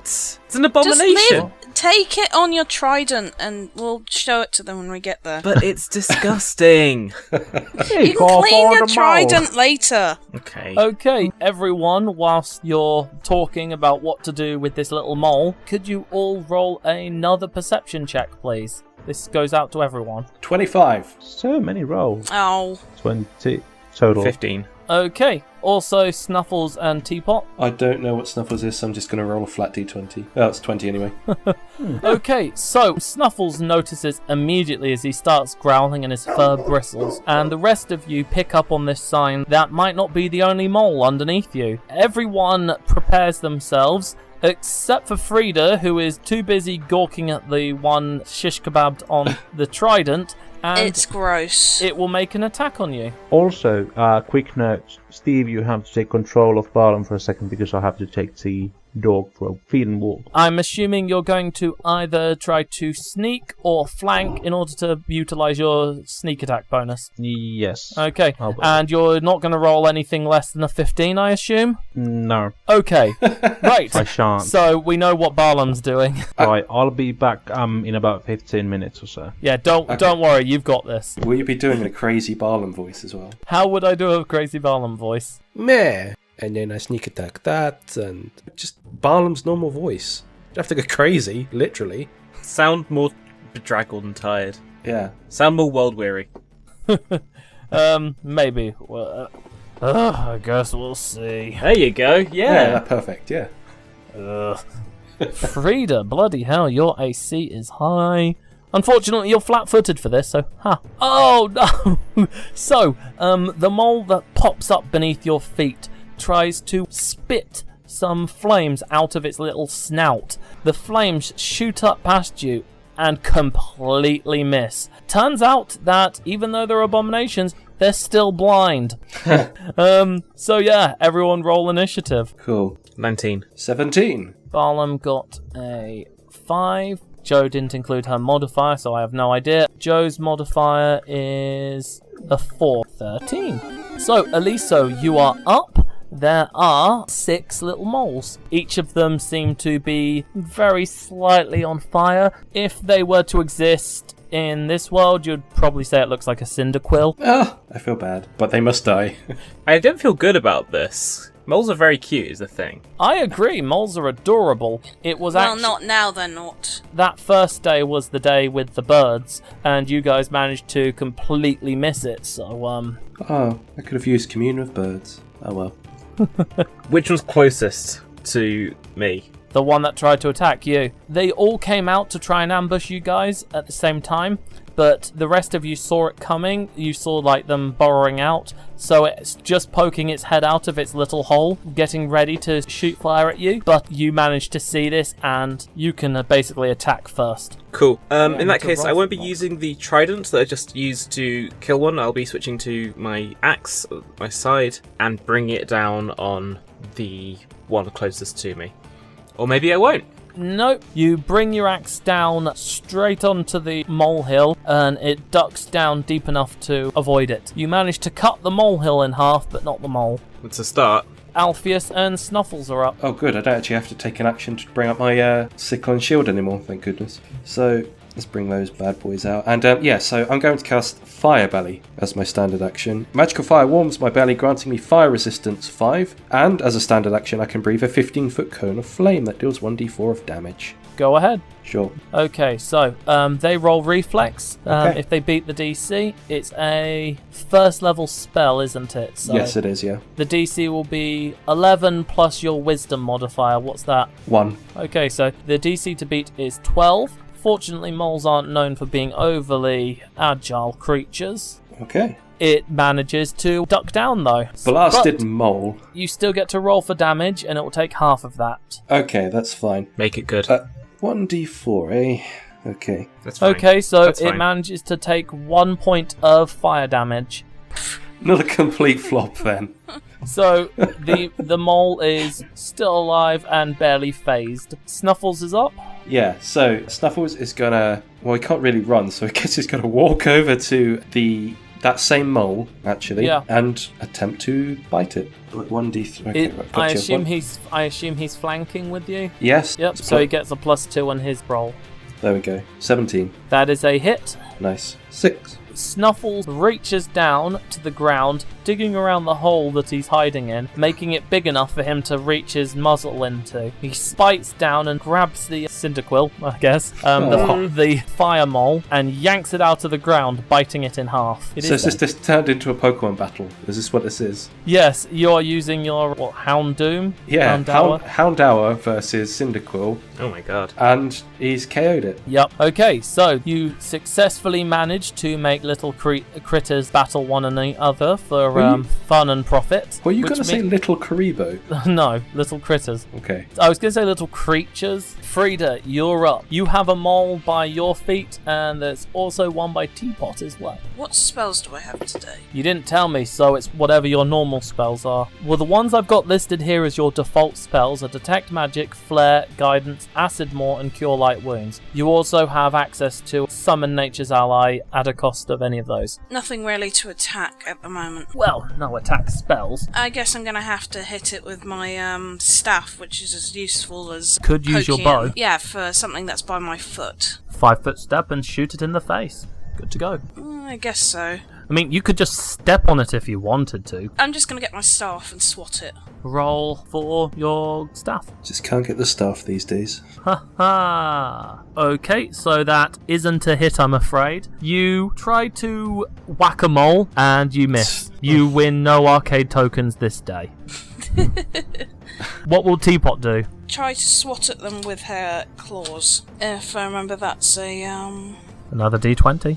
Yep. Yep, that hits. What do I roll for damage? Technically, because it's already by her feet, she can make a full round attack of a bite and attacking it with her 2 claws. So, No, I've asked to scratch it up. Okay, well, then you can actually make a second roll for her because she gets 2 claw attacks. Yeah. Both claw attacks hit. So roll basically 2d4 plus 2. Okay, so that's a total of 6 damage. Teapot, with her large cat claws, manages to tear the mole apart, leaving it as a crumpled, bloody mess. Great job! So once again, the animals are fighting the animals for fun and profit. So what's that, Arcanine? No, that's a dog. It's the cat ones. There aren't many. There's Perugly, Skitty. Perugly. Oh dear. Persian. Persian, yeah. Persian, yeah. Big white cat, I guess. There's a legendary in the new ones, a lion or something. Parole. You're going to get yelled at. I stopped playing Pokemon with the 4th generation, so I only know bits and pieces. Barlam is up. He is going to sigh, make a grumpy old man comment, light up his pipe. What is the comment? I don't know. It's probably witty. You can't just say it's a witty comment and not do a witty comment. Well, that's the thing. Barlam's wittier than I am. I can't at least attempt it. Because it's not here, so insert witty comment here. Barlam is going to do his thing of shooting one of the ones who hasn't made an action yet, therefore getting sneak attack. Yep, it hits and dies. Did anyone expect any less? No, not really. There's now a dead mole by his feet. He grumbles some more, smokes his cigarette, and waits for Eliso to have her turn. The best word picture. Right, the axe went so well last time. I think it's worth another shot. Wait. That is a hit. Oh, cool. Your axe comes... I forgot the mole's turn. No! Okay. Sorry about that, guys. One moment. That will hit and kill it after this. Yes. After this commercial break. Fancy some dwarfed up tea? Well, I don't. I fancy some dwarfed up coffee! Feeling like your caffeine boost doesn't have enough kick in it? That's where alcohol helps. Add a drop, give it a stir, and wahey, you have a dwarfed up beverage. Do the dwarfs think it's racist? No, of course they don't. They bloody well love it. Critics worldwide have been raving about dwarfed up coffee and dwarfed up tea. including this young man. It's Walter O'Nally here, and I love me some dwarfed up beverages. Dwarfed up tea is my favourite of all my life partners. I give it 2 thumbs up and a toe. So it's time to get dwarfed up at your nearest local tavern or inn. It's a caffeine boost with a bit of some grog. Dwarfed up tea and dwarfed up coffee now available at the Jaunty Mermaid. It's basically Frida, Eliso, and Alpheus who are the ones being attacked, because they're the ones who didn't manage to kill theirs. So let's roll 3d20s. Alright. Frida, miss. Eliso, what's your AC? Hi. AC is 20. All of them try to spew fire at you guys, but there are just a few small embers. They kind of don't manage to bother your armor much. It makes a few little scorches against the hide armor that Alpheus is wearing. Eliso's metal armor feels a little warm. Yeah. It's an ember attack. It's not very good. Then Eliso immediately kills the one that just warmed her armor up. Despite the fact that it is a cold autumn's day, so the ember actually probably helps a little. Yeah, but she's also killing the thing out of spite. Alpheus, you're up. Okay, so Alpheus is going to... The one that's left is by your feet. Really? I'd like to roll a stomp check. No, just kidding. I think I'll just attack it. So Alpheus looks down at the mole and is like, "Ugh," and it slices it in half. There. Sickle, go. Yep, that hits and kills it. So, Nice. with your sickle, you scoop it up, and it's so light it actually just goes flying off somewhere into the grass. I knew it. Sliced it right in half. And Alpheus can see the insides like an onion. It is disgusting. What will Snuffles do? There's only one left, and it's by Frida. Snuffles is gonna roly-poly his way over there. Typical of a dog. He's like, finds the most disgusting thing and then rolls in it. It's like, animal corpse. Yeah, it's just like, this is a great win, so I must roll on it. So he's gonna roly-poly his way over there and, I guess, try to flank it? Yep, you can do that. Okay, and he's gonna gnash at it. Houndour, use your bite attack. Is that a hit? 10. That is a miss, I'm afraid. Oh, okay. The one that's attacking Frida seems to be very good at hiding. It's got high evasion. That's what it is. Some jerk used double team before the fight. Frida, you're up. Okay, I'm trying to go at it with my staff again. Okay, you now get a +2 bonus for flanking with Snuffles. That is a hit. Smush! Beautiful. You roll 1d6 minus 1. 5. 5 damage. Since this one has yet to be hit, whilst you clonk it good and hard, winning a few arcade tokens in the process, you don't actually kill it. But How come Frida gets tokens to buy a notebook or a hat with? And I just Does get that blood mean and we guts? can't, like, go to the gachapon at the end with these tokens? it's because you guys basically broke the machine by using slashing and piercing weapons while she's just using a big stick. Oh, that makes sense. But she's about to break her machine as well by throwing a lion at it, so do you want to roll for... Yeah, the lion. pick up a lion and throw it. Miss. Roll for her second attack. Hit. She rends the mole apart, and you now have to pay for damages for the arcade property. It's like, damn it, I really wanted to buy that comb. And that's it. The moles are dead. They're littering the battlefield, and none of you had any Pokeballs, so you weren't able to catch any of them. Hello. Hi. If you were to kill a mole, what witty comment would you say? It's a fire mole. It can spit fire. The really cheesy ones, just like, have a nice trip. But Stick around, Bennett. Barlam's not about cheese. Barlam is about some. Well, Barlam's not about cheese. It's about nachos. He's about grit. Yeah, he's about mouthfeel. Anyway, we won the battle and the moles are gone. Yep, you've now got basically 7 dead moles, and you're about half hour from the castle gates. All right. Yeah. Okay. Are you heading off? I would still like to burn all the mole cadavers, by the way. All right. I don't trust him. Spark, spark, spark, spark, spark, spark. Oh, Ed, also, could you roll a fortitude save for Snuffles, please? Where's this coming from? You don't need to know. As a DM, I would make those rolls in secret as to not engender this kind of what am I rolling for kind of thing. Yeah. Okay, is this... Just a hint. Yeah, but now he has that Oh, fear yeah, and that's a dread. double-edged sword, yeah. Oh. Yeah. Oh. It could have been something or nothing, or it could have been everything. Well, hopefully 16's Oh, high my. enough. Everything. Yeah. Wow. That's actually a decent roll. So, okay, as you close in on Mutton Castle, you all see a remarkable sight. Rising up from the courtyard of the castle is a giant golden owl, flying high into the sky and away from the castle. It's bigger than any bird you've ever seen, as it has an otherworldly quality to it. The way the light reflects and shimmers off of its beautiful golden feathers makes it seem majestic, maybe even angelic. You finally reach Mutton Castle, and this is an old castle built many years ago. It looks to be in a state of disrepair, but efforts are underway to repair and modernise it. The castle is bustling with activity, as people are busy shoring up defences, training the new recruits, and others are just carrying baskets and boxes and crates from one place to another. Maybe they shouldn't have spent all that money on the golden owl. That was my first reaction. Like, they did the whole London Eye thing on that. Is the owl actually golden, or is it like an owl that's been plated in gold and stuff? Is it gold plated? No, it's like a living owl that just flew off as you were approaching the castle. Yeah, but it must have cost a lot. So it's not like clockwork. Okay, fine. It's a bit boring then. It's a tourist attraction and it cost a lot, and now the castle's in disrepair. I feel like somebody Yeah. warned us about the golden owl and said if you ever see one you should kill it. Oh! Luckily, most yeah. of you have ranged attacks, so get going. Okay. Okay, where do I queue for initiative? It's actually flown off. Damn it. It ascends to the sky quite quickly. Kyrad's gonna be furious. This castle should be named Moles and Owls, the Tongue Twister Castle, not Mutton Castle. That was my one-liner. Yeah. Yay!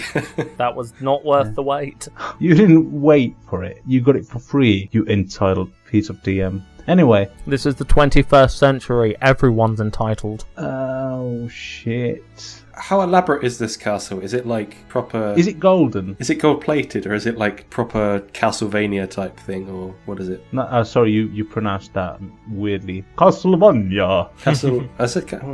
Castle No, Veneer. yeah, you have to put a bit of, Transylvanian flair to it. Castlevania! Yeah, that's pretty good, That's actually. it, yeah, good. Well, from a scale of solid gold castle to decrepit mess, it is somewhere closer to the decrepit mess. I'd say about a 3. Okay, Oh. one being like a ruin. I guess, yeah. So it's like one of those Scottish castles. Yeah, exactly. Right, are we going to repair this or what? I'll, roll up my sleeves and Wait, look at the workers who are on display and, just get distracted because I used to be a workman. What? No, but the castle is in disrepair, so isn't that a bigger problem in society than one village tortured by mutants? Well, not anymore because they're dead. This is where all the surviving villagers from Arrowbrook are supposed to be. This is where they were evacuated. Kyrad helped evacuate them all. That's even more reason to renovate the castle because it's going to support people in it. You guys are going to continue the adventure without Barlam because he's decided to make a career out of carpentry and masonry. Alpheus is in disbelief because he's like, whoa, this is Barlam doing work? It's like Barlam's backstory. He used to be a builder of some kind. I used to be a handyman and I'm pretty much a hobo. Honestly, I a would... man of many crafts. Carpentry and just being a handyman is much more... There's much more honour in there than just fighting monsters and... Yeah, going around doing weird, odd, killing monsters or people, just, give me your money, I'll kill your monsters for that, yeah. How creepy is that? In all fairness, though, you're the only one who rolls well. Without you, the rest of the party would have long since died. I throw my mason's tools to the ground and be like, yeah, fine. You can help, they're happy for the help. Nah, I will never help anyone anymore. I'll be an adventurer, yeah. I wonder how my mum will react to that, yeah. Anyway, I don't Shall we get to the castle? Okay, so the guards who are at the gate let you through. You managed to get past the checkpoint, so they're not going to bother to check you again. And the horse named Horse is going to pull your cart through to the courtyard. And there you see that the courtyard is the main centre of activity of all that's going on. In the middle of it all is a large ancient-looking tree, which everyone is avoiding. Alpheus and Frida, you see that it's been decorated with quite a few discreet druidic trinkets. Some are hidden amongst the roots, and others are in the branches, and some are around the trunk itself. you assume it to be Kyrad's work, and from what you can tell, he has done what he can to bless and ward this as a sacred site to help protect it. In terms of the people you see, there are quite a few guards, though they are a mishmash of different persons, all just trying to do their bit. You see very few official castle guards, and they're identifiable by the crest of the south that they wear on their armour, and the fact that their gear is well maintained and polished, but their numbers are so few that they would certainly not be able to fend off even a small attack force, let alone a larger threat. You'd see some people who look like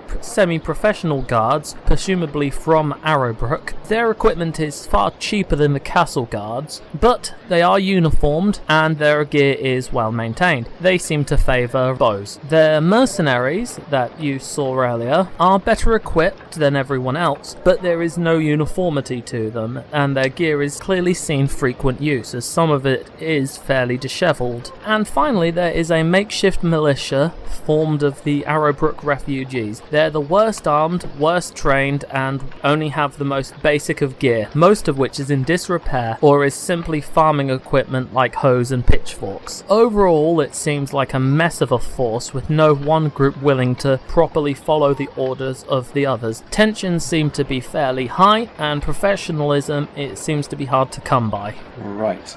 So, the castle, that's what we came here for, eh? To drop off supplies. Right, but weren't we also supposed to gather some notes? Yes, we were. Kyrad left some notes here that said would help us. I choose the nearest man or woman who seems to know what's Somebody who an looks approach. important. Yeah. You do see that one of the people trying to train this ragtag militia force is one of the actual castle guards, who seems to have an additional emblem on that indicates a higher rank. They're the ones who seems to be mainly in charge of training them. The person in question is a human female. She's fairly tall, kind of shoulder-length brown hair. She's well built, not like as muscular or as strong-looking as Eliso, but far closer to Eliso in build than, say, Frida. I approach her and say, "What is up? Hello." She looks at you and chuckles. That has to be the most awkward introduction anyone has ever given me. That's what they tell me. So, we're here for Kyrad, and there's a bit of supplies we're dropping, and we're also looking for his notes, which he asked us to bring him to the village of Brook. You mean Arrowbrook, yes. Yes. Oh, you must be the ones who were just fighting those moles over there. We saw your work from up on the walls. Good job, by the way. Thank you. We did it entirely without any help whatsoever. Thank you. Well, you know, we could have fired some arrows, but at this kind of range, we'd have been more likely to hit you than the moles, and you guys clearly had it covered. Okay. Anyway. Don't worry. Plenty of the refugees saw, and they'll definitely have a lot of respect for you guys now, so that'll be nice. Having some sounds peasants sarcastic. looking up to you. People tend to like that sort of thing, I suppose. She doesn't seem to believe that herself, but whatever. Sounded very sarcastic. Anyway, Yeah. do you know where Kyrad's chambers are, so we can look for the notes? And could you ask for some of these peasants to unload our carts of supplies? Yes, certainly. I'll get someone to show you to his workspace, and we'll unload these supplies. So, you say they're the things that Kyrad sent from Arrowbrook, right? Yes. Ah, fantastic. And we'll be able to gear up this lowly militia and start training them into a well-oiled machine. Thank you. Yes, what you said. So, you see as she clicks her fingers and gestures as some people start unloading the cart, and she calls someone else over and just speaks quietly to one side. You hear that she's just telling them to take you guys over to Kyrad's room. She hands them a key to get in, and just lock up when they're done, wait outside, stay out their way. Alright. The person in question looks like one of the refugees from Arrowbrook, just a young boy. He's probably in his mid-teens, so he's either just reached adulthood, since adulthood's apparently 15, but for humans, he's either just reaching adulthood or he's not there yet. Either way, he's pretty gangly looking. I will not disparage him for his apparent age or build. I'll just say, well, on with it then. Okay, follow me. Not in an unfriendly manner, but just like a dad would tell a boy, just get on with it. Okay, and he scuttles along, beckoning for you all to follow him. I don't see any reason not to follow. Alright, he leads you through the courtyard and into the castle proper. You see there's people all over the place just working.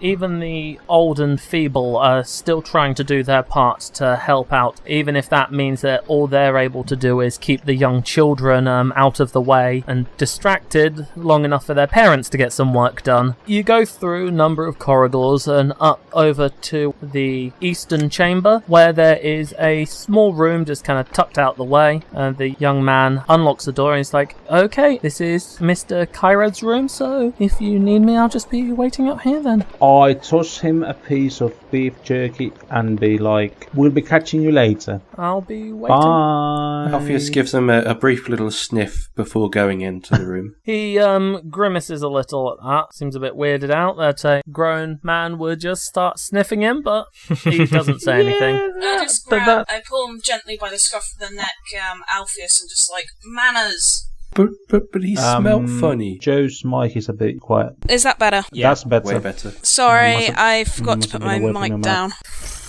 Right. Professionalism. So, the room you enter is a modest size. You frankly stayed at inns that have had smaller rooms, so it's not too bad. It is somewhat tidy, mostly because it looks like Kyrad hasn't spent a great deal of time here. What time he has spent was clearly at the desk, as it is covered in notes, books, and various scribblings. The bed has what you have to assume a badger-sized dent in the sheets, where something has been lying on it, but otherwise it hasn't been used. And there are a few crates and a chest. Alpheus will immediately go over to the chest to try and open it. The chest opens, it is unlocked. Okay. He rummages around to see if there's anything of interest inside. Yes, you do manage to find a number of things.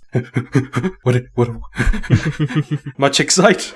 So Too delicious. many things at once. Must control. Must control salivation. The first thing you manage to find in the chest is a shirt that is made of light, delicate fabric embroidered with arrangements of winged feet. As you are a spellcaster, you're able to tell that it is magical, particularly when its size adjusts slightly when you pass it from one person to another. It seems to automatically change its size to fit whoever's holding it. Anyone with spellcraft and detect magic prepped, you may try to figure it out with a spellcraft check. Bloody luckily, I did actually prep detect magic as a spell today. Dun, dun. Yes, as has Frida, so... Do it. Detect magic! Oh, 7. Oh my lord. Alpheus, you're the one who first takes a look at it. You don't know exactly what it is, but you feel that it will help people who are running?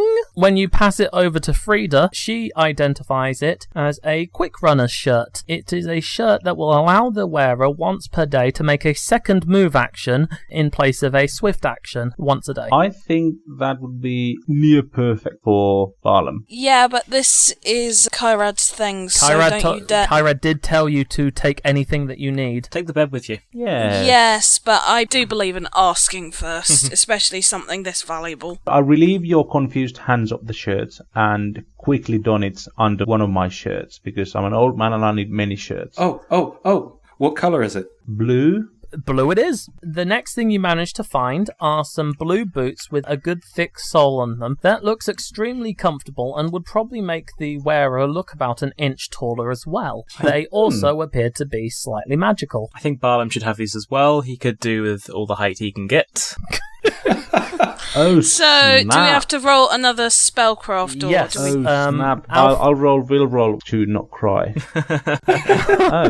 Okay, that's a bit of a tear. you don't- One manly tear. Yes, whilst you don't break down in tears, one manly tear does roll down your face, and you turn around, your lip quivering just a little bit as a violin plays in the background that no one can hear but you. My slightly above normal height, my only weakness. I'm 6'2".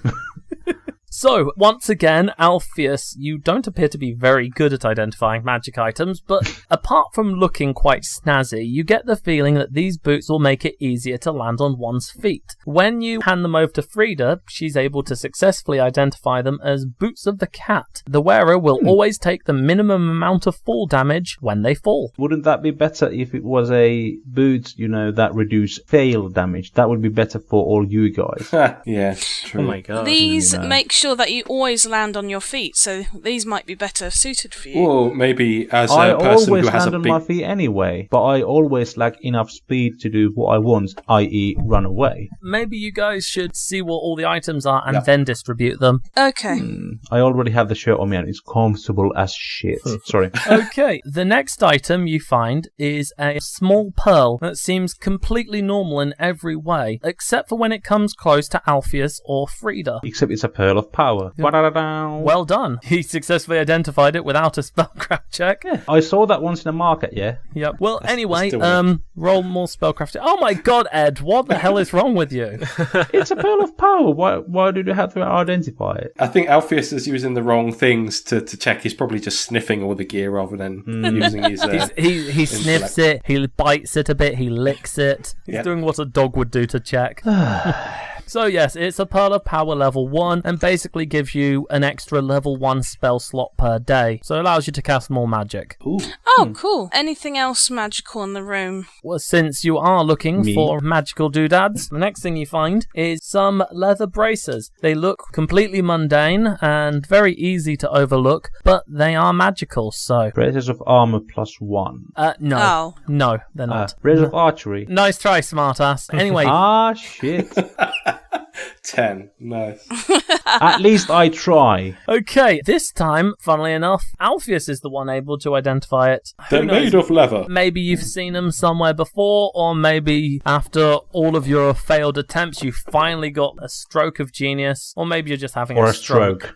And what does it smell like? It smells like A toast. broken clock is right twice a day. These are burglar's braces. The wearer can transform these braces at will into a set of masterwork thieves' tools, and once per day you can use these braces to take a 10 on a single disable device check, even when in immediate danger or distracted. I do prefer speed, and I do prefer being a better picklock. If I am able to maneuver for a sneak attack better, that would require extra speed, so... But in all fairness, I think the entire party can benefit from extra speed, so... Yeah, but as much as Barlam, maybe... How high can you get with that voice? Are these the only items? Are these... I'm already testing the braces. Can I detect magic on the room just to see what lights up? You also find on a shelf 4 small vials of red liquid. Barlam, you know that they are potions of cure light wounds. They are exactly the same as the ones you already have, and there are 4 of them. How about you guys get the healing potions, I get the braces and the shirts, and you guys can divide the boots? Sounds like a bad plan. Yeah. Why does it sound like a bad plan? I think it sounds actually perfectly fine. Yeah. It's Listen to your Doge friend, he's smart. and Yeah, No, really he's smart, not. yeah. perhaps Frida should have the Pearl of Power Yeah? for the She should. extra level 1 spell. And you two can split the boots. 1 boot each. I'll hide the pearl in my safe place then. Okay, and Alpheus decides to take the boots then. It's fine by me. Finally, Alpheus, you find amongst the stuff in the chest a coin pouch with money in it. You can give that to Eliso since you seem to have stolen everything else from her. Actually, I have a point for that too. my I God. paid for the horse. I'll take the gold and I'll look after it. Okay.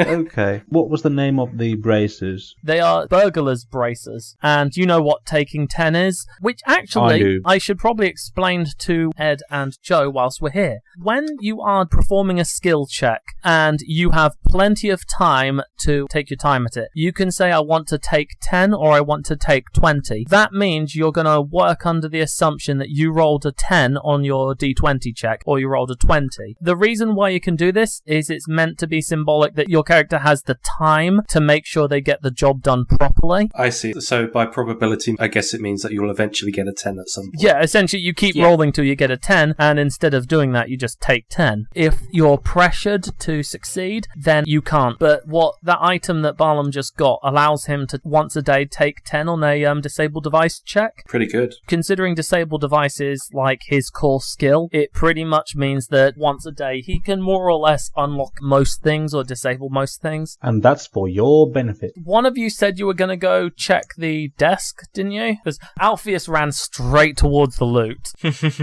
Me, because no one else is volunteering. You go to the desk and you rummage through and you find there are many notes and a lot of research that has been done on the lake. Are you going to read any of it or just scoop it all up and take it for later? I'll give it to Frida because I'm a druid and that stuff doesn't generally interest me, or I'm not proficient in reading such studies. Funny enough, I think you might actually be the best equipped. I just have a quick breeze through just to go through what's in here. No one has linguistics trained, so Frida, could you just make me an intelligence check? It's a d20 plus 1. Joe seems to roll quite well. So It's all right. Today anyway. Offset by yes. my rolls. Yes, but yours are always bad. Oh my. There are about a dozen or so sheets of paper detailing studies that have been made on various water samples, dirt samples, and autopsies of mutated creatures. Most of this is meaningless gibberish to you until a summary at the end. It is pretty long, but in a nutshell, seems to suggest that this problem is both otherworldly and arcane in nature, which are two things that fall outside of the druid's wheelhouse, as one would say. Arcane, that's magical. It's like wizard, sorcery, summoning, that sort of thing. You guys are divine magic users. Within his notes, you see that he has suspicion of a wizard who has a tower by the lake, but no one has seen anyone come or go to that tower for quite some time. He did go check out the tower, but he couldn't get inside. He peeked through the windows, and the only thing that he could see that he could identify as anything of any possible lead was the badge of the Finnegand Cider Festival, which is why he went to Finnegand to get the list of all the names of the winners of people who have won the cider challenge. And what he was planning to do was take that list to Elderspell, which is the city that has the local arcane enclave, as it were, and see if any of those names ring a bell to the people there, to see if he can find out who owns that tower and whether or not they may or may not be responsible. But when he got back from Finnegand, that's when the corruption had spread far enough into Arrowbrook that basically he had to then evacuate the town. So he then left all of his notes at Mutton Castle, and he's been trying to stop the spread of the corruption ever since. He hasn't been able to try find who this wizard is, so he's never actually made it to Elderspell. And within the notes, you do in fact find the list of names that Alpheus was looking for. I beckon to Alpheus. Look at this. Oh, what is this here? Oh, those are the names that Atten said were here from Kyrad. Well, does anything look familiar? Alpheus scans down the list of names. Alpheus, could you please roll me a wisdom check? Sure thing. And whilst we're at it, a D100 as well. Nat 1 for the win. Your name is Molly Jenkins. I hope not. Okay, let's go wisdom first. So that's 3. And a D100, You weren't far off. which is 48. So, looking through the names, one name stands out to you. Each name has a little bit of information on the person. You see a name that is Rosalind Firebrand. It's a goblin name, female goblin. That name is the one that stands out to you for some reason. This name, Rosalind Firebrand, it could mean something. That name actually means something to Eliso. The Church of St. Grazith is directly tied to the Church of St. Rosalyn. St. Rosalyn is basically the patron saint of goblins, died quite a long time ago, and is deeply connected to Rosagraz and your church. You know she's dead because she's actively involved in managing her church from the heavens. Do I recognise it as a goblin name or? Roll me a knowledge geography check. You know that the Firebrand name, in fact, is a goblin name, and they're a very prolific tribe within Rosagraz. I just say, that must have been a close friend or something, because that's a goblin name. Oh? Alpheus, you're pretty convinced that that's who you are. With your wisdom check, you're pretty convinced that you are this goblin. So, when I became a doge or an animus, I could not remember any of my history, so I took up the name Alpheus, with my surname Digby based on Digby's farm. Digby? Yeah, well, Alpheus Digby, and I've been searching for my name ever since. I'm pretty sure this name Rosalind Firebrand is me from the past. I just face palm, because it's obvious that you're not mixed with a goblin. You're like Quetzalcoatl. You're half lion, half man, half panther, whatever. Like too many things in one. 1.5 things. Yeah, it's equals to like 3.5 guys. And that was a homage to Pratchett, the book Eric. She relays all the information about Rosalind Firebrand as well as soon as the name is mentioned. This is maybe bigger than we imagined. Goodness Or maybe me. not your real name? Or maybe... Maybe not my real Well, no. name. Unless you are claiming to be the reincarnation of a goblin saint, I think you may have got the wrong end of the stick somewhere. Somehow I'm glad. But it still means it's a lead on my name. Your No. character is becoming too... Somehow hard I'm to keeping draw. this list of names for later to see if we have any luck. Yeah, maybe let him look at it again some other time. For the time being, at least, you think you're a goblin. I'm Goblin. Much confused. Wow. She was a fire sorcerer, so, yeah, you were spitting out fire earlier. It makes sense. Oh no. You take the paperwork with you. Frida's kind of gathering it all up. You've looted this place. So you guys want to look around the castle, see what's going on there? Oh yeah, definitely. Yes. Yeah, just skulk around the castle, take the animals for a walk. You walk around the castle, you see there are a lot of people around, there's stuff going on. Because this castle is basically on top of a cliff overlooking the Tideless Sea, which is the small inner sea that the Bathmont Canal connects to the Emerald Ocean. Since it's overlooking that, you can see people from the castle down by the beach fishing, so there are people trying to get fresh food. You can see off in the distance, because it's a nice clear day, right on the horizon is the city of Mutton Chop, and there are boats coming and going, minding their own business. As you're on top of the walls, you notice a boat does pull up to the castle. There seems to be some small port at the bottom of the cliff that leads up to the castle itself, and some peasants and villagers are helping unload it. They seem to be getting some supplies from the nearby city, at least.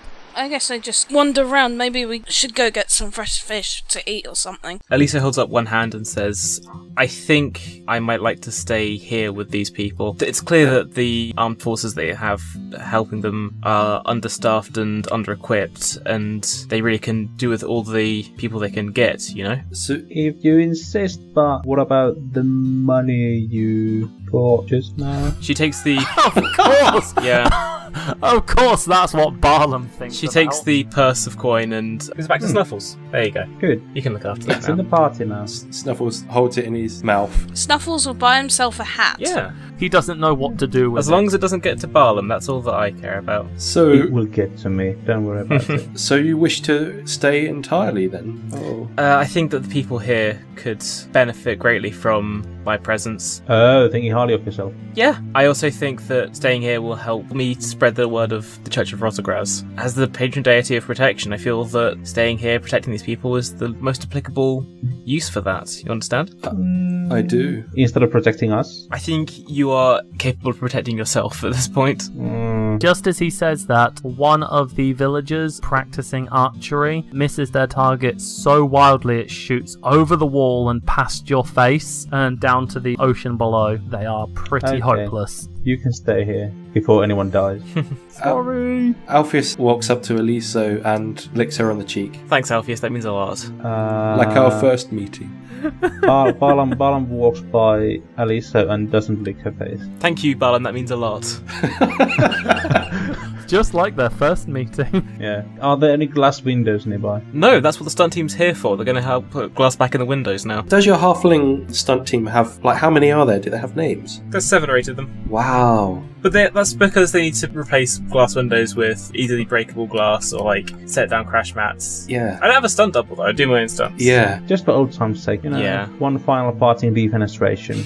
Just for you. Okay. We crashed through like a really cheap glass thing. Well, it's not actually glass, it's... Yeah, it's prop kind of stuff, plexiglass or something. straight onto some cardboard Like boxes plastic. as well. Yeah. Because both of those things Hey, exist. That was fun, but we both know bitterly that that wasn't the real thing. Frida and Alpheus have absolutely no idea what's going on right now, but as they're crashing through castle doors and knocking over crates, it seems to be fairly significant to them. It's a ritual. Now they're laughing at some Irish gangster's expense. Yeah, and then Walter O'Nally just bursts in. All the way from Melititis, and it's like, hey! Remember me? Do you know the difference between a stuntman and a daredevil, Steve? The difference between a stuntman and a daredevil is that a stuntman has to go to work the next day. True. Oh. Cool. Yesterday, all my troubles seems so far away. So that seems like a good place to end it. Since the castle is fairly safe, I will allow you each to have a little bit of downtime in the castle as you mosey around, look for stuff, and do whatever you guys want to do. Before we do go, though, sorting out your plans for where to go from here. I'm pretty sure you do have a map of the region. There is a map of Aldwater, and you can see he's got a few places marked for places to go visit. Elderspell is the furthest away, but that is marked as a place of interest. Along the northern side of the lake, right along the edge of the lake, there is that wizard's tower that was mentioned. You can see close by is the city of Mutton Chop. Given that they're quite close to the lake but far enough away, maybe you can find some information from there. Those are like the 3 places he's kind of got marked right now as places of interest. And Mutton Chop was the closest of those, was it? Was that the place that was across the ocean thing? Yeah, across the bay. Right. You can get there by land because you've got your horse and your cart, or you can get there quicker by boat. And that would mean leaving the horse. It depends if you had a big enough boat. You might have to leave the cart, but you could probably bring the horse. But I personally think because Mutton Chop is just across the bay and the closest, that should be our first place to visit. But that's just me, I'm a doge, what do I know? I'm a doge, what do I know? I'm interested in Mage's Tower, personally. Mage's Tower? I don't really know. I guess after we take this back to Kyrad, what do we do? If we're going to Kyrad's first, then we may as well just go to the Mage's Tower, because that's closer. Okay. Okay, well, Okay. I'll let you all think about that for next time. We will end it there for tonight. Thank you, everyone, for playing, and we're sorry we're going to be losing you, Robin. It's just a thing about podcasts. Nobody here, you're doing a cracking job, Steve, but sitting down and finding time to podcast is just a lot harder than I imagined it was when I started doing this, or when I started doing my own show back in 2014, and then stopped. So, And for anyone listening, if you do want to go find Robin's other work, it is discontinued at this point, but there's still quite a few episodes that are entertaining to listen to. You can find it at Pod Your Own Adventure. yes, look that up on iTunes. It's really good. It is hilarious how bad some of those books are. Lemmings and Sonic come to mind. God, I wish they wouldn't. Right. So yes, Thank you for the game. Yeah. Thank you everyone for playing. From me and the rest of Band of Bothers, who is now down 1 player, I have to say goodbye. Bye. Bye, Robin.